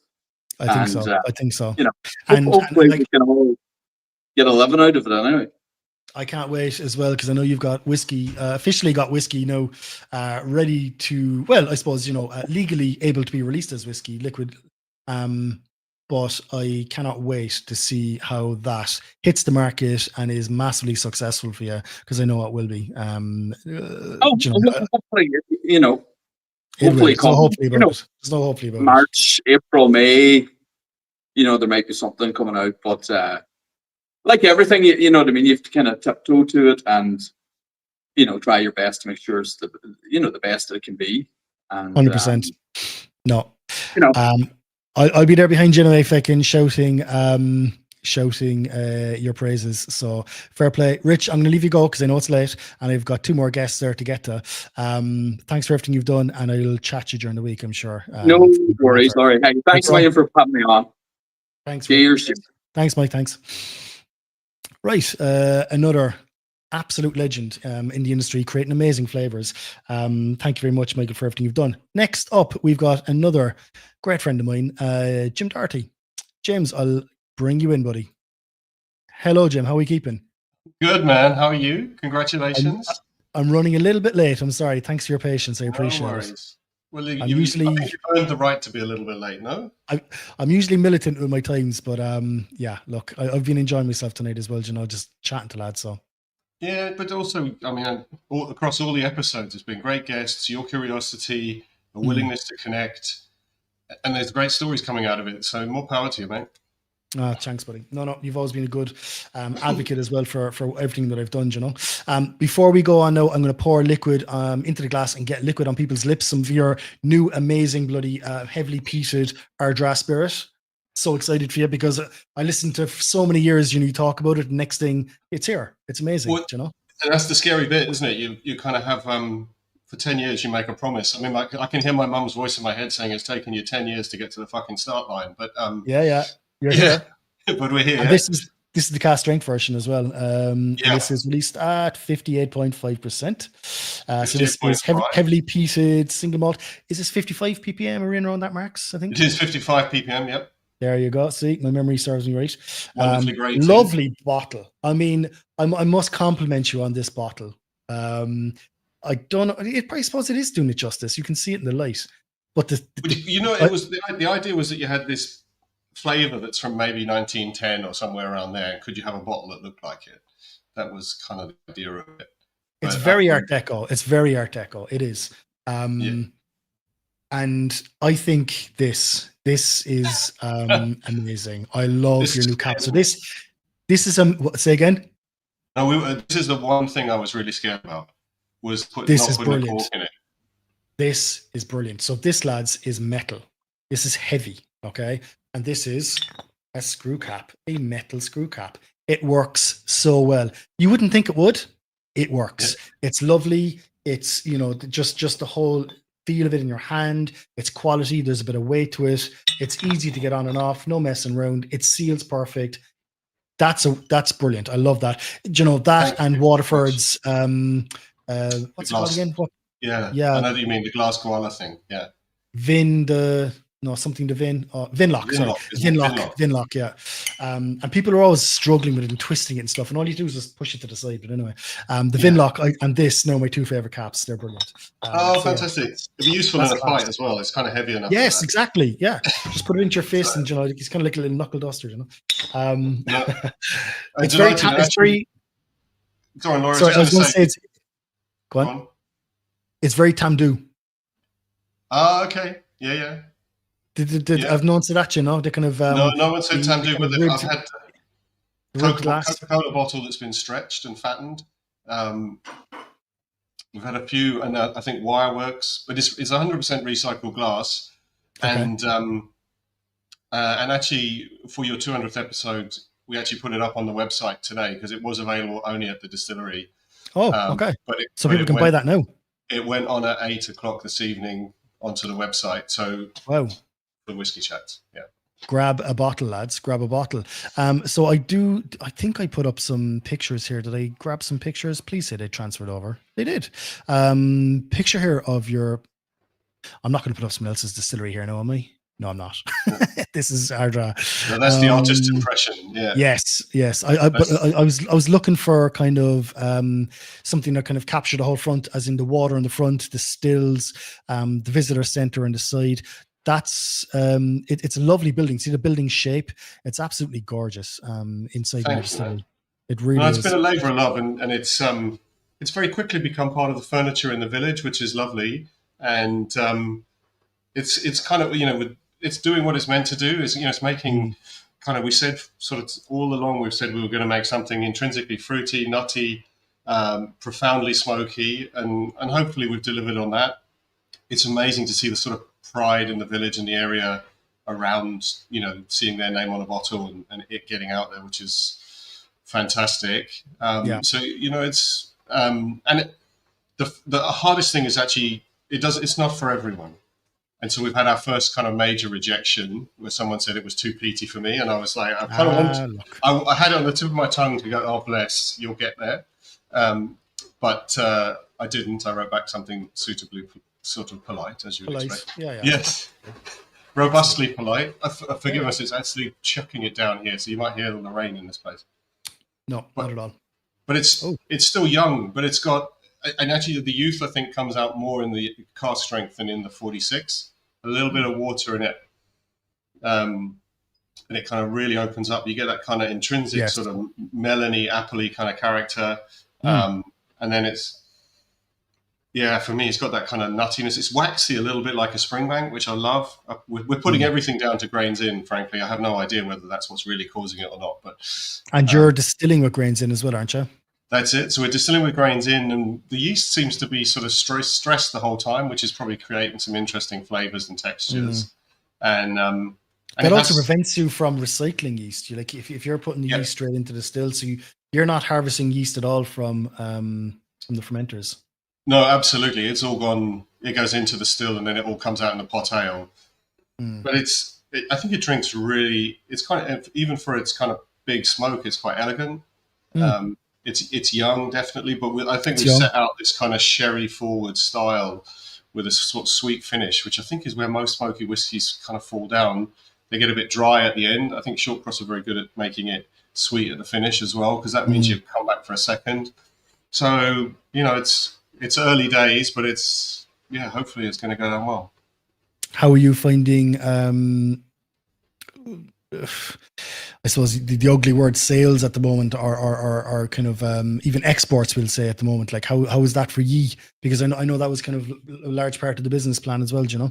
Yeah, it's been a tough couple of years, really. And we managed to land a big kind of finance deal the other day that was in the press, which is good. Brilliant. Our dry launch, which is really good.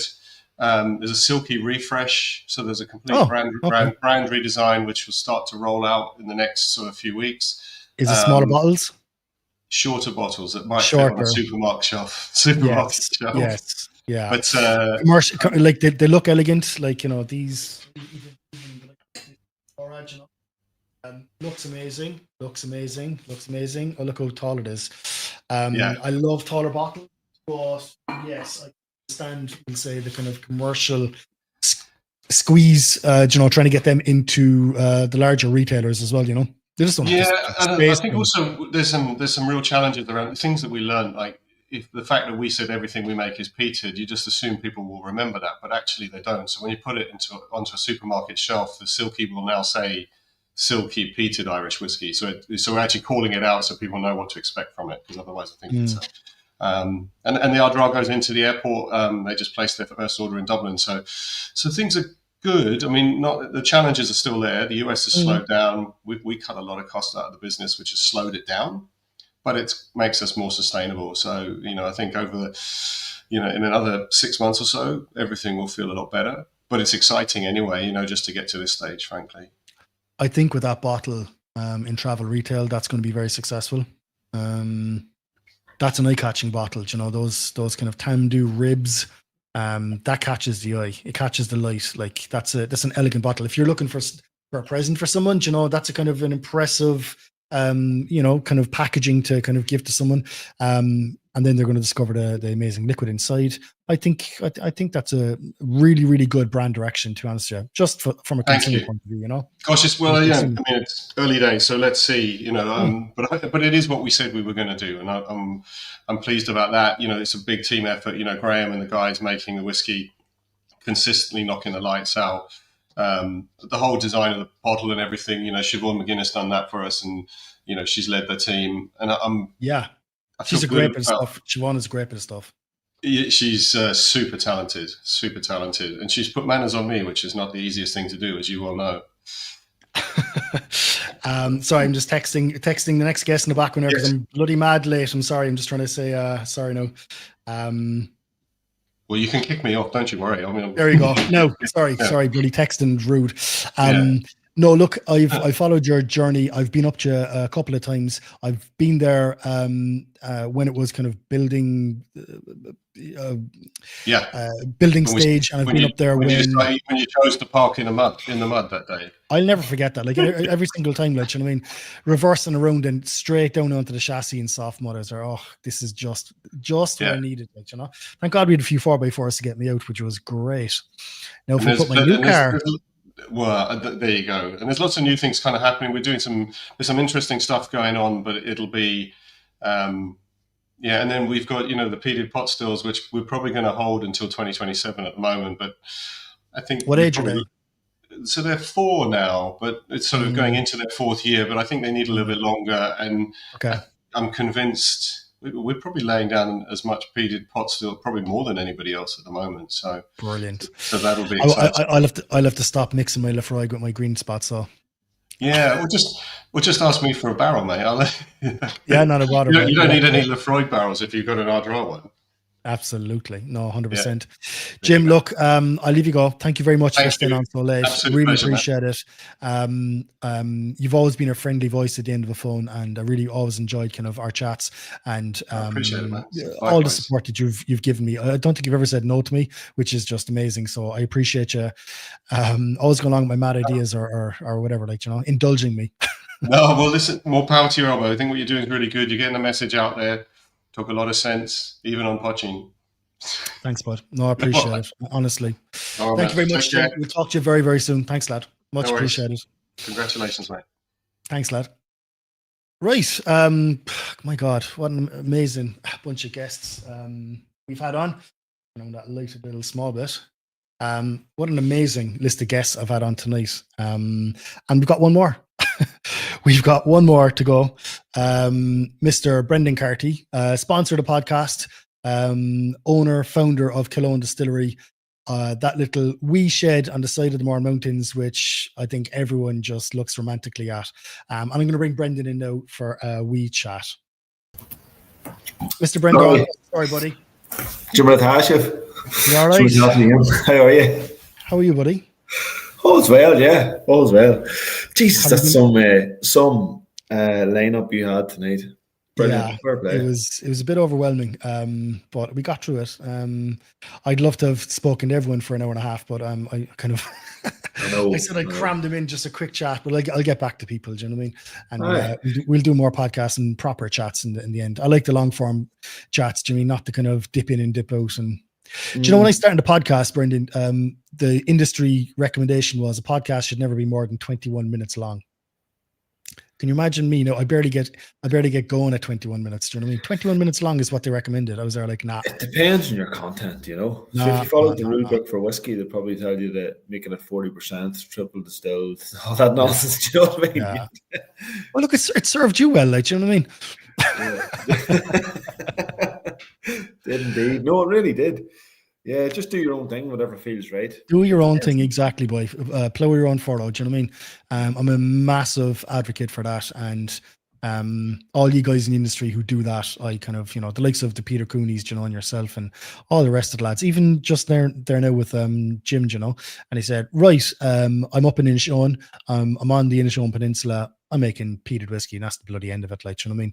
And he's going to be successful at it as well, Yes, everyone's not into smoky whiskey, but like, I mean, do you have a problem? Do you struggle selling your smoky liquids? I mean, I don't think so. No, and that last one's lovely. It had its own accent almost of peat, you know what I mean? That I think is quite unique to these islands as well, so fair play.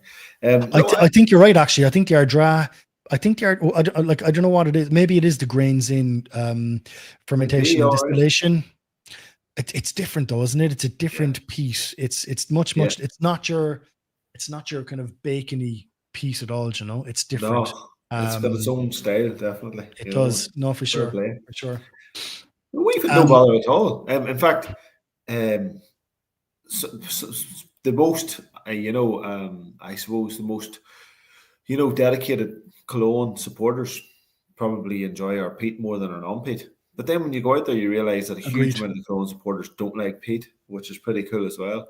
I suppose it leads you to the whiskey that's in the pack tonight. It's non-peated, and all of the big ones that we've released, the ones that have been the most adored, have been non-peated. The Sagaland series as well. They've all been peated. Sorry, Moravi.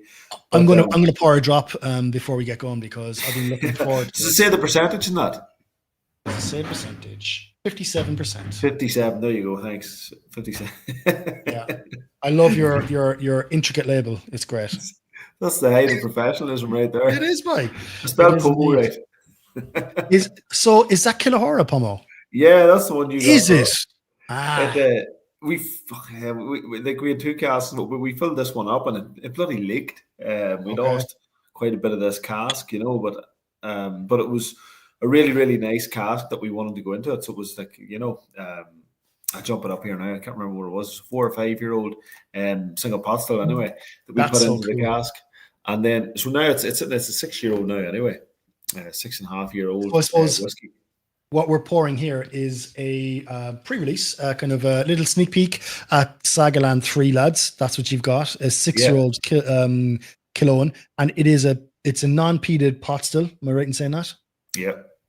And it's 1 year in a Kilahora Pomo cask, which is just super interesting. I've been saying for a long time now that Kilahora, people should be finishing their stuff and playing around with rare apple ice wine.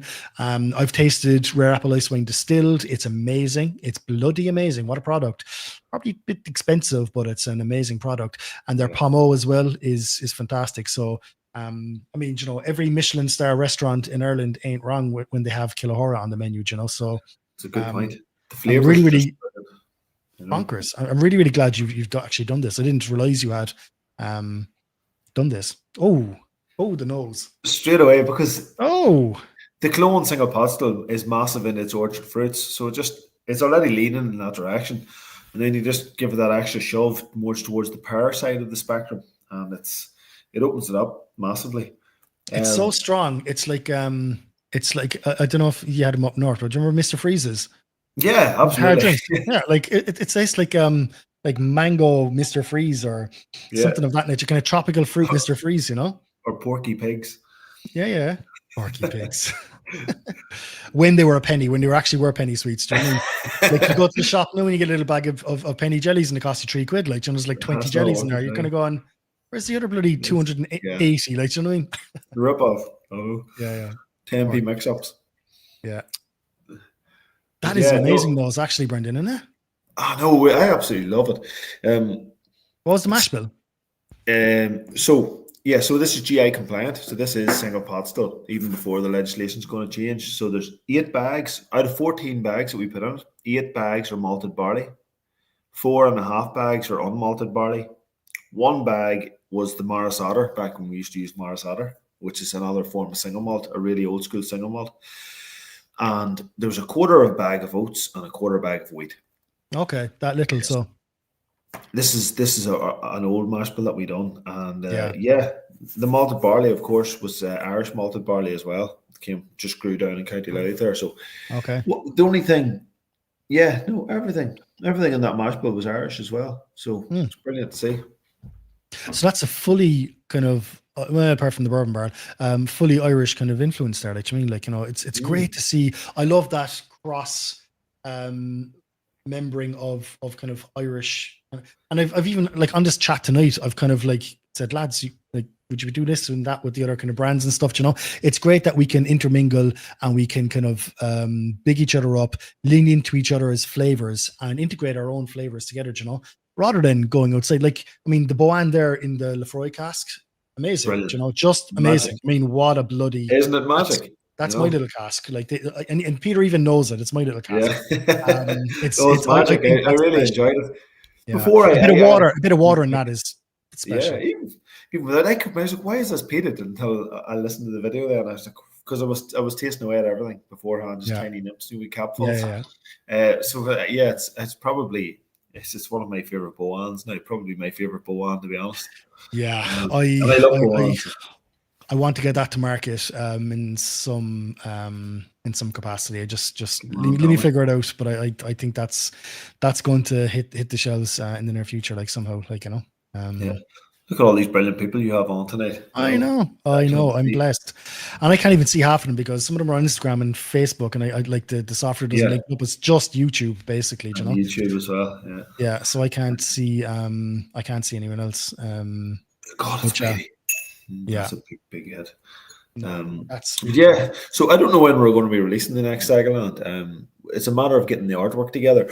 I don't think people realize the dedication, and it has to go in this order. You have to get the script writing finished and condensed down into a few words. Then you have to get all of that different artwork done. So the Irish Mythology podcast are brilliant. And then Fran is an artist, so you can't rush the stuff that he does.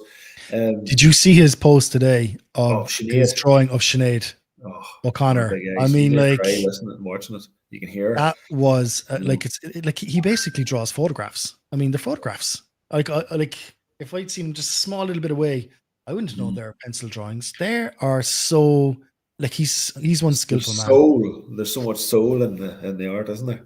Yeah. And then what he does with us is a completely different style as well. So you have to let him do his thing, and it's wonderful. And then once it gets to him, then it has to go to the designer, and then we have to put our stuff in there too, you know. So it's it's a massive project. It's a process, And I know people probably don't see it; they just see the bottle and the packaging, but it's massive. And then so we'll get this out whenever. I thought it was going to be last month. I thought it was going to be this month. I don't know when it's going to be. But we'll get it pre-Christmas. Will you get it across the line pre-Christmas? Oh, absolutely. Hopefully, we get it right next month. All being well. Okay, right. You're getting a few good. You're getting a few good comments here now. Dermot Madden. So he was on earlier for our brandy. One of the best distilleries in Ireland. Great sample choice, Brendan. Absolutely. Thanks, Dermot. He's a man now who'd appreciate a good kind of apple-y finish. Good man, Dermot. Thank you. Thank you. No, Dermot knows the crack. I've been on the crack a few times lately. Have you? Okay. Very switched on young fella. I'm very impressed with him. I'll keep on saying it. I've high hopes for him. I think he's an up and comer. Dermot's doing his task. Absolutely. Yeah, Very smart young fella. This is a strange one as well because we've gone through a few big PD whiskies there on the line up to this. But this is still a cask strength, but whenever you taste it, it's coming across much, much more mellow. Do you know what I mean? Yeah. I think that's fantastic. Genuinely, like that now proves that people should be leaning more into the Kilahora casks. Massively, I think the lads in Kilahora don't actually. I think they know they've got something good, but I don't think they realize how good they have it. Like they could be doing a lot more collaborations in my mind, because the quality of their product is just it just deserves it. It deserves these collaborations. It definitely does. More and more people should jump on it, the better. And we've got 2 casks as well. So one was used for finishing, and then the other one was used for a new make spirit as well. So next step for us is I think we actually did send them down some casks. If not, we're going to, as part of the chat that we had. That cross. Next time you're in Cork, you should. So when you're coming to Cork down, we'll say the Dublin Road, you pass you're only Glounthaun, the lads in Kilahora, the Orchard is 6 minutes off the Dublin Road. Like it's literally when you hit the what's it called, the roundabout. Yeah. The Dublin Road. Anyway, when you hit the roundabout, instead of going straight, you go left. Near the Jackie Lynch Bridge out that way. Yes, and it's just going left there for 6-7 minutes, and you're there. Like it's really, really close to the end of the Dublin Road.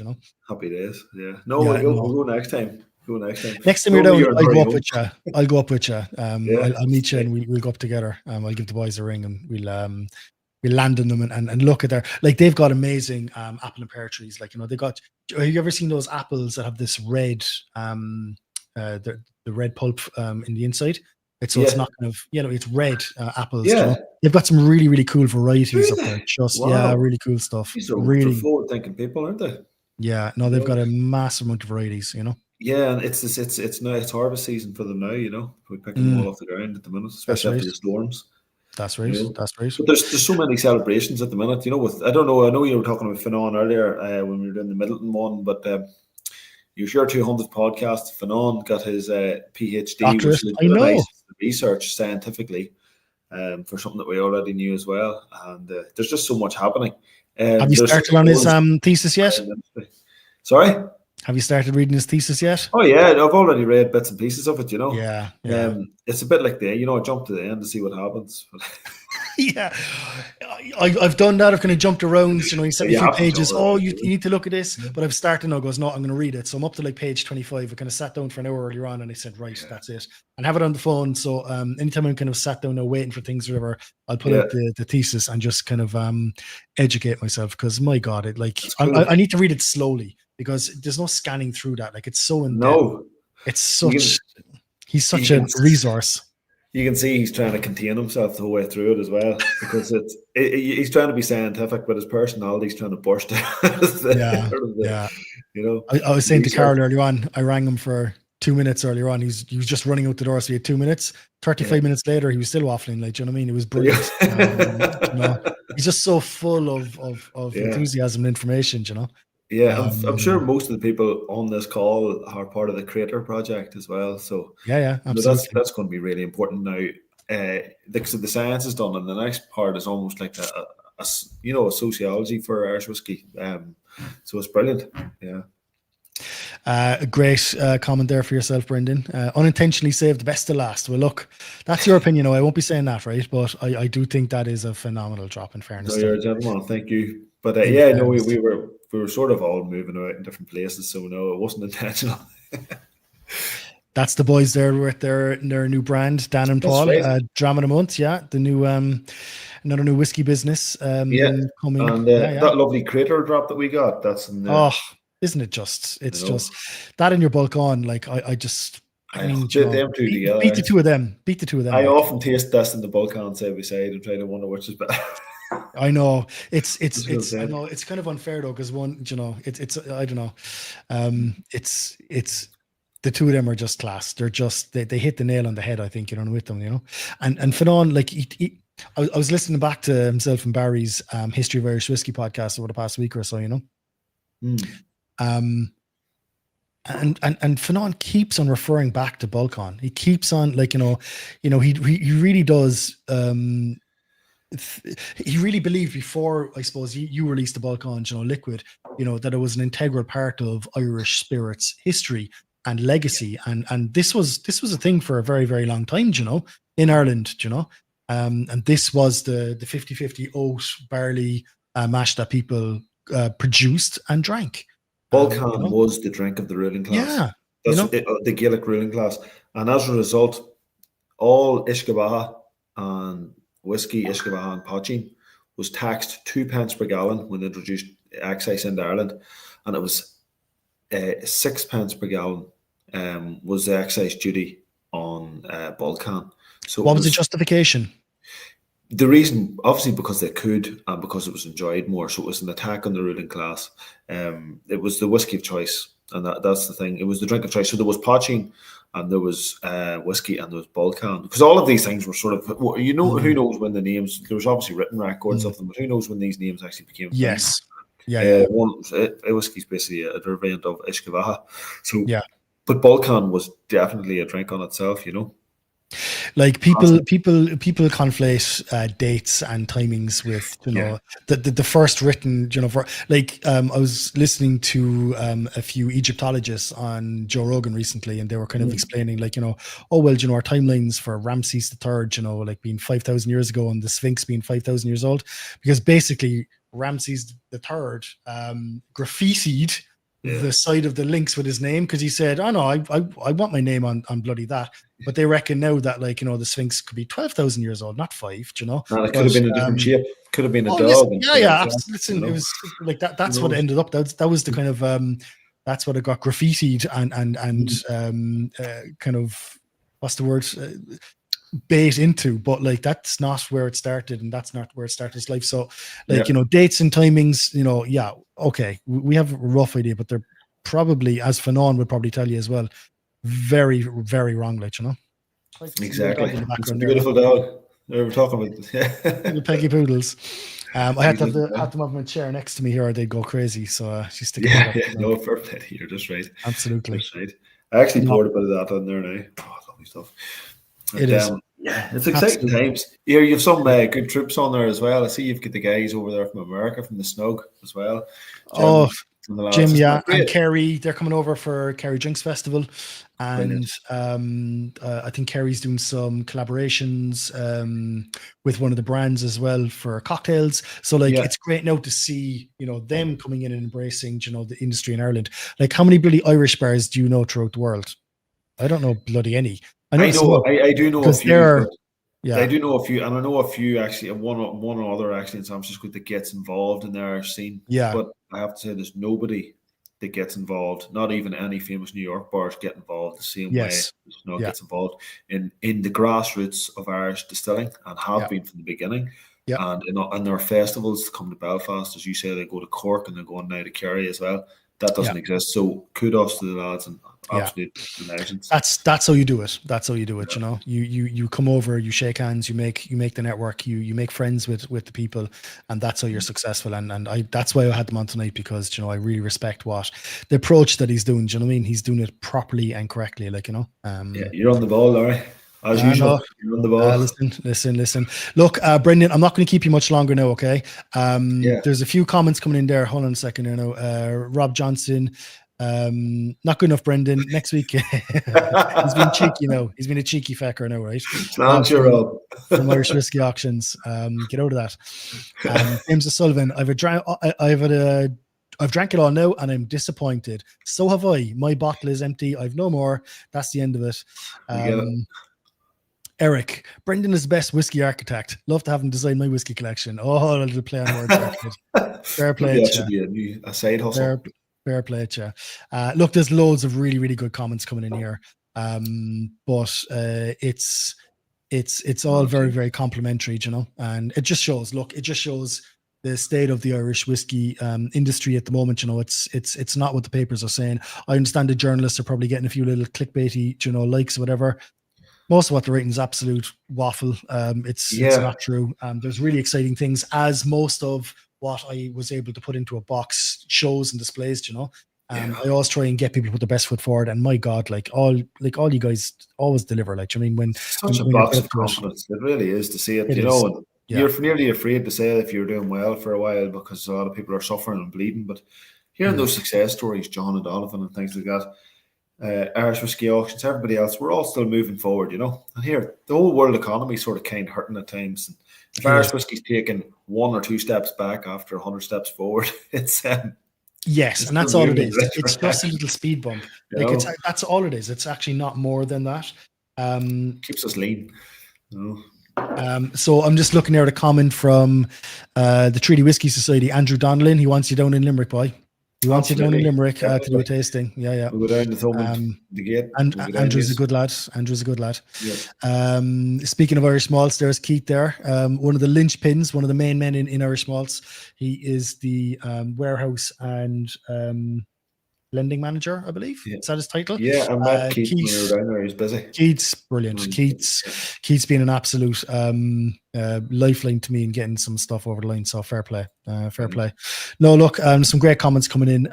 Brendan, look, I just want to finish up and like what I said to Peter, I'm so fucking happy that I'm kind of aligned with Cologne, with your brand. You know, I really respect what you're doing. You know that, but I'm saying it publicly. I'm so glad that, you know, I have that kind of advocacy behind the project, behind the podcast, I should say. I love what you're doing. Keep doing what you're doing. Everyone loves it. You know how successful you're being, and it's going to continue and continue and continue. And once you start getting age stuff, you know, it's just going to create more eyes onto the Cologne brand. So look, I can't say anything more. I'll get embarrassed, but thanks very much for everything you've done, bud. No, I really appreciate it. And look, we really appreciate your professionalism always and your dedication to the whole category. Thanks, bud. Thank you very much on your support. No, absolutely.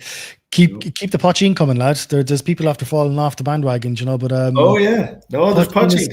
We just finished the label. Yeah, it's getting bottled now this week. We've got our new bottle. Actually, just for your crew here for the Poaching Now Festival coming up, it's going to be it's got oats in it and maize. Yeah. Whenever we were mixing it together, it was getting stuck together in big clumpy balls. So it's called oats and maize balls.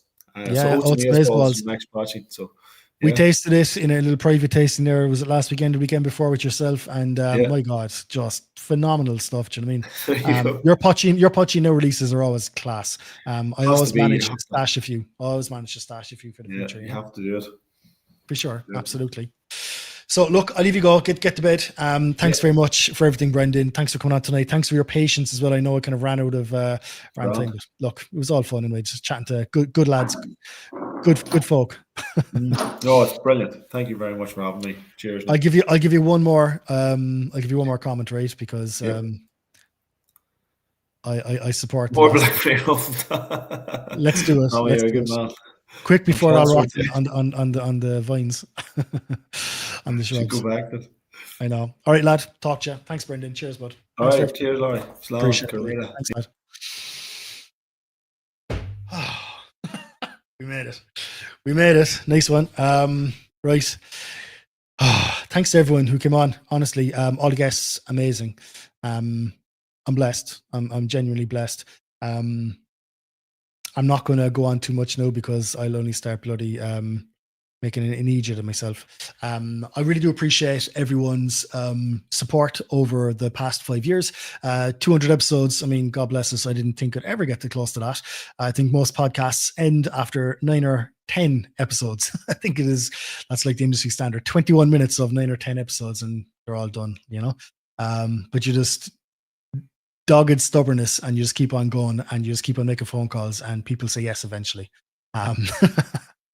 But look, we have a very, very buoyant, we have a very ambitious, we have a very exciting, we have a very adventurous, we have a very competent Irish whiskey industry.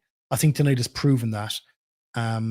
Let's all of us be advocates for Irish whiskey, for the Irish whiskey industry, for the Irish whiskey producers especially. Let's us all go out there and let's speak up and sing from the rooftops how amazing the distillery or the industry that we all love is doing, is producing, is continuing on, and is struggling to deliver amazing flavors and drinks to make our lives a little bit happier on the weekends and on events and all the rest of it.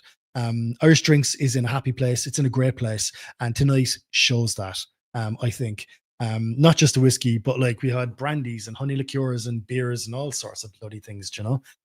We really are an island that we should be proud of. We produce amazing products, and we're up there with the best of them on the world stage, and that's a fact. And tonight shows that. That shows that. And I'm really, really, really proud to kind of be involved in the industry. So look, thanks very much for tuning in. Thanks for staying on, even though there was a little hiccup at the start. I'm going to blame everything else but myself. It wasn't my fault at all. It was, I'd say. I'll have to have a look at that there. But no, I really enjoyed tonight. And thank you, everyone, for supporting me over the years. That's it. That's it. Thanks, lads. Thank you very much. Appreciate it.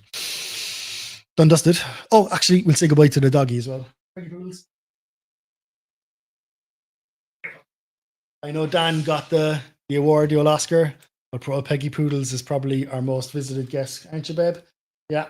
All the bark in. This is her. Back to sleep. Right. Thanks very much, lads. See you later. Good night.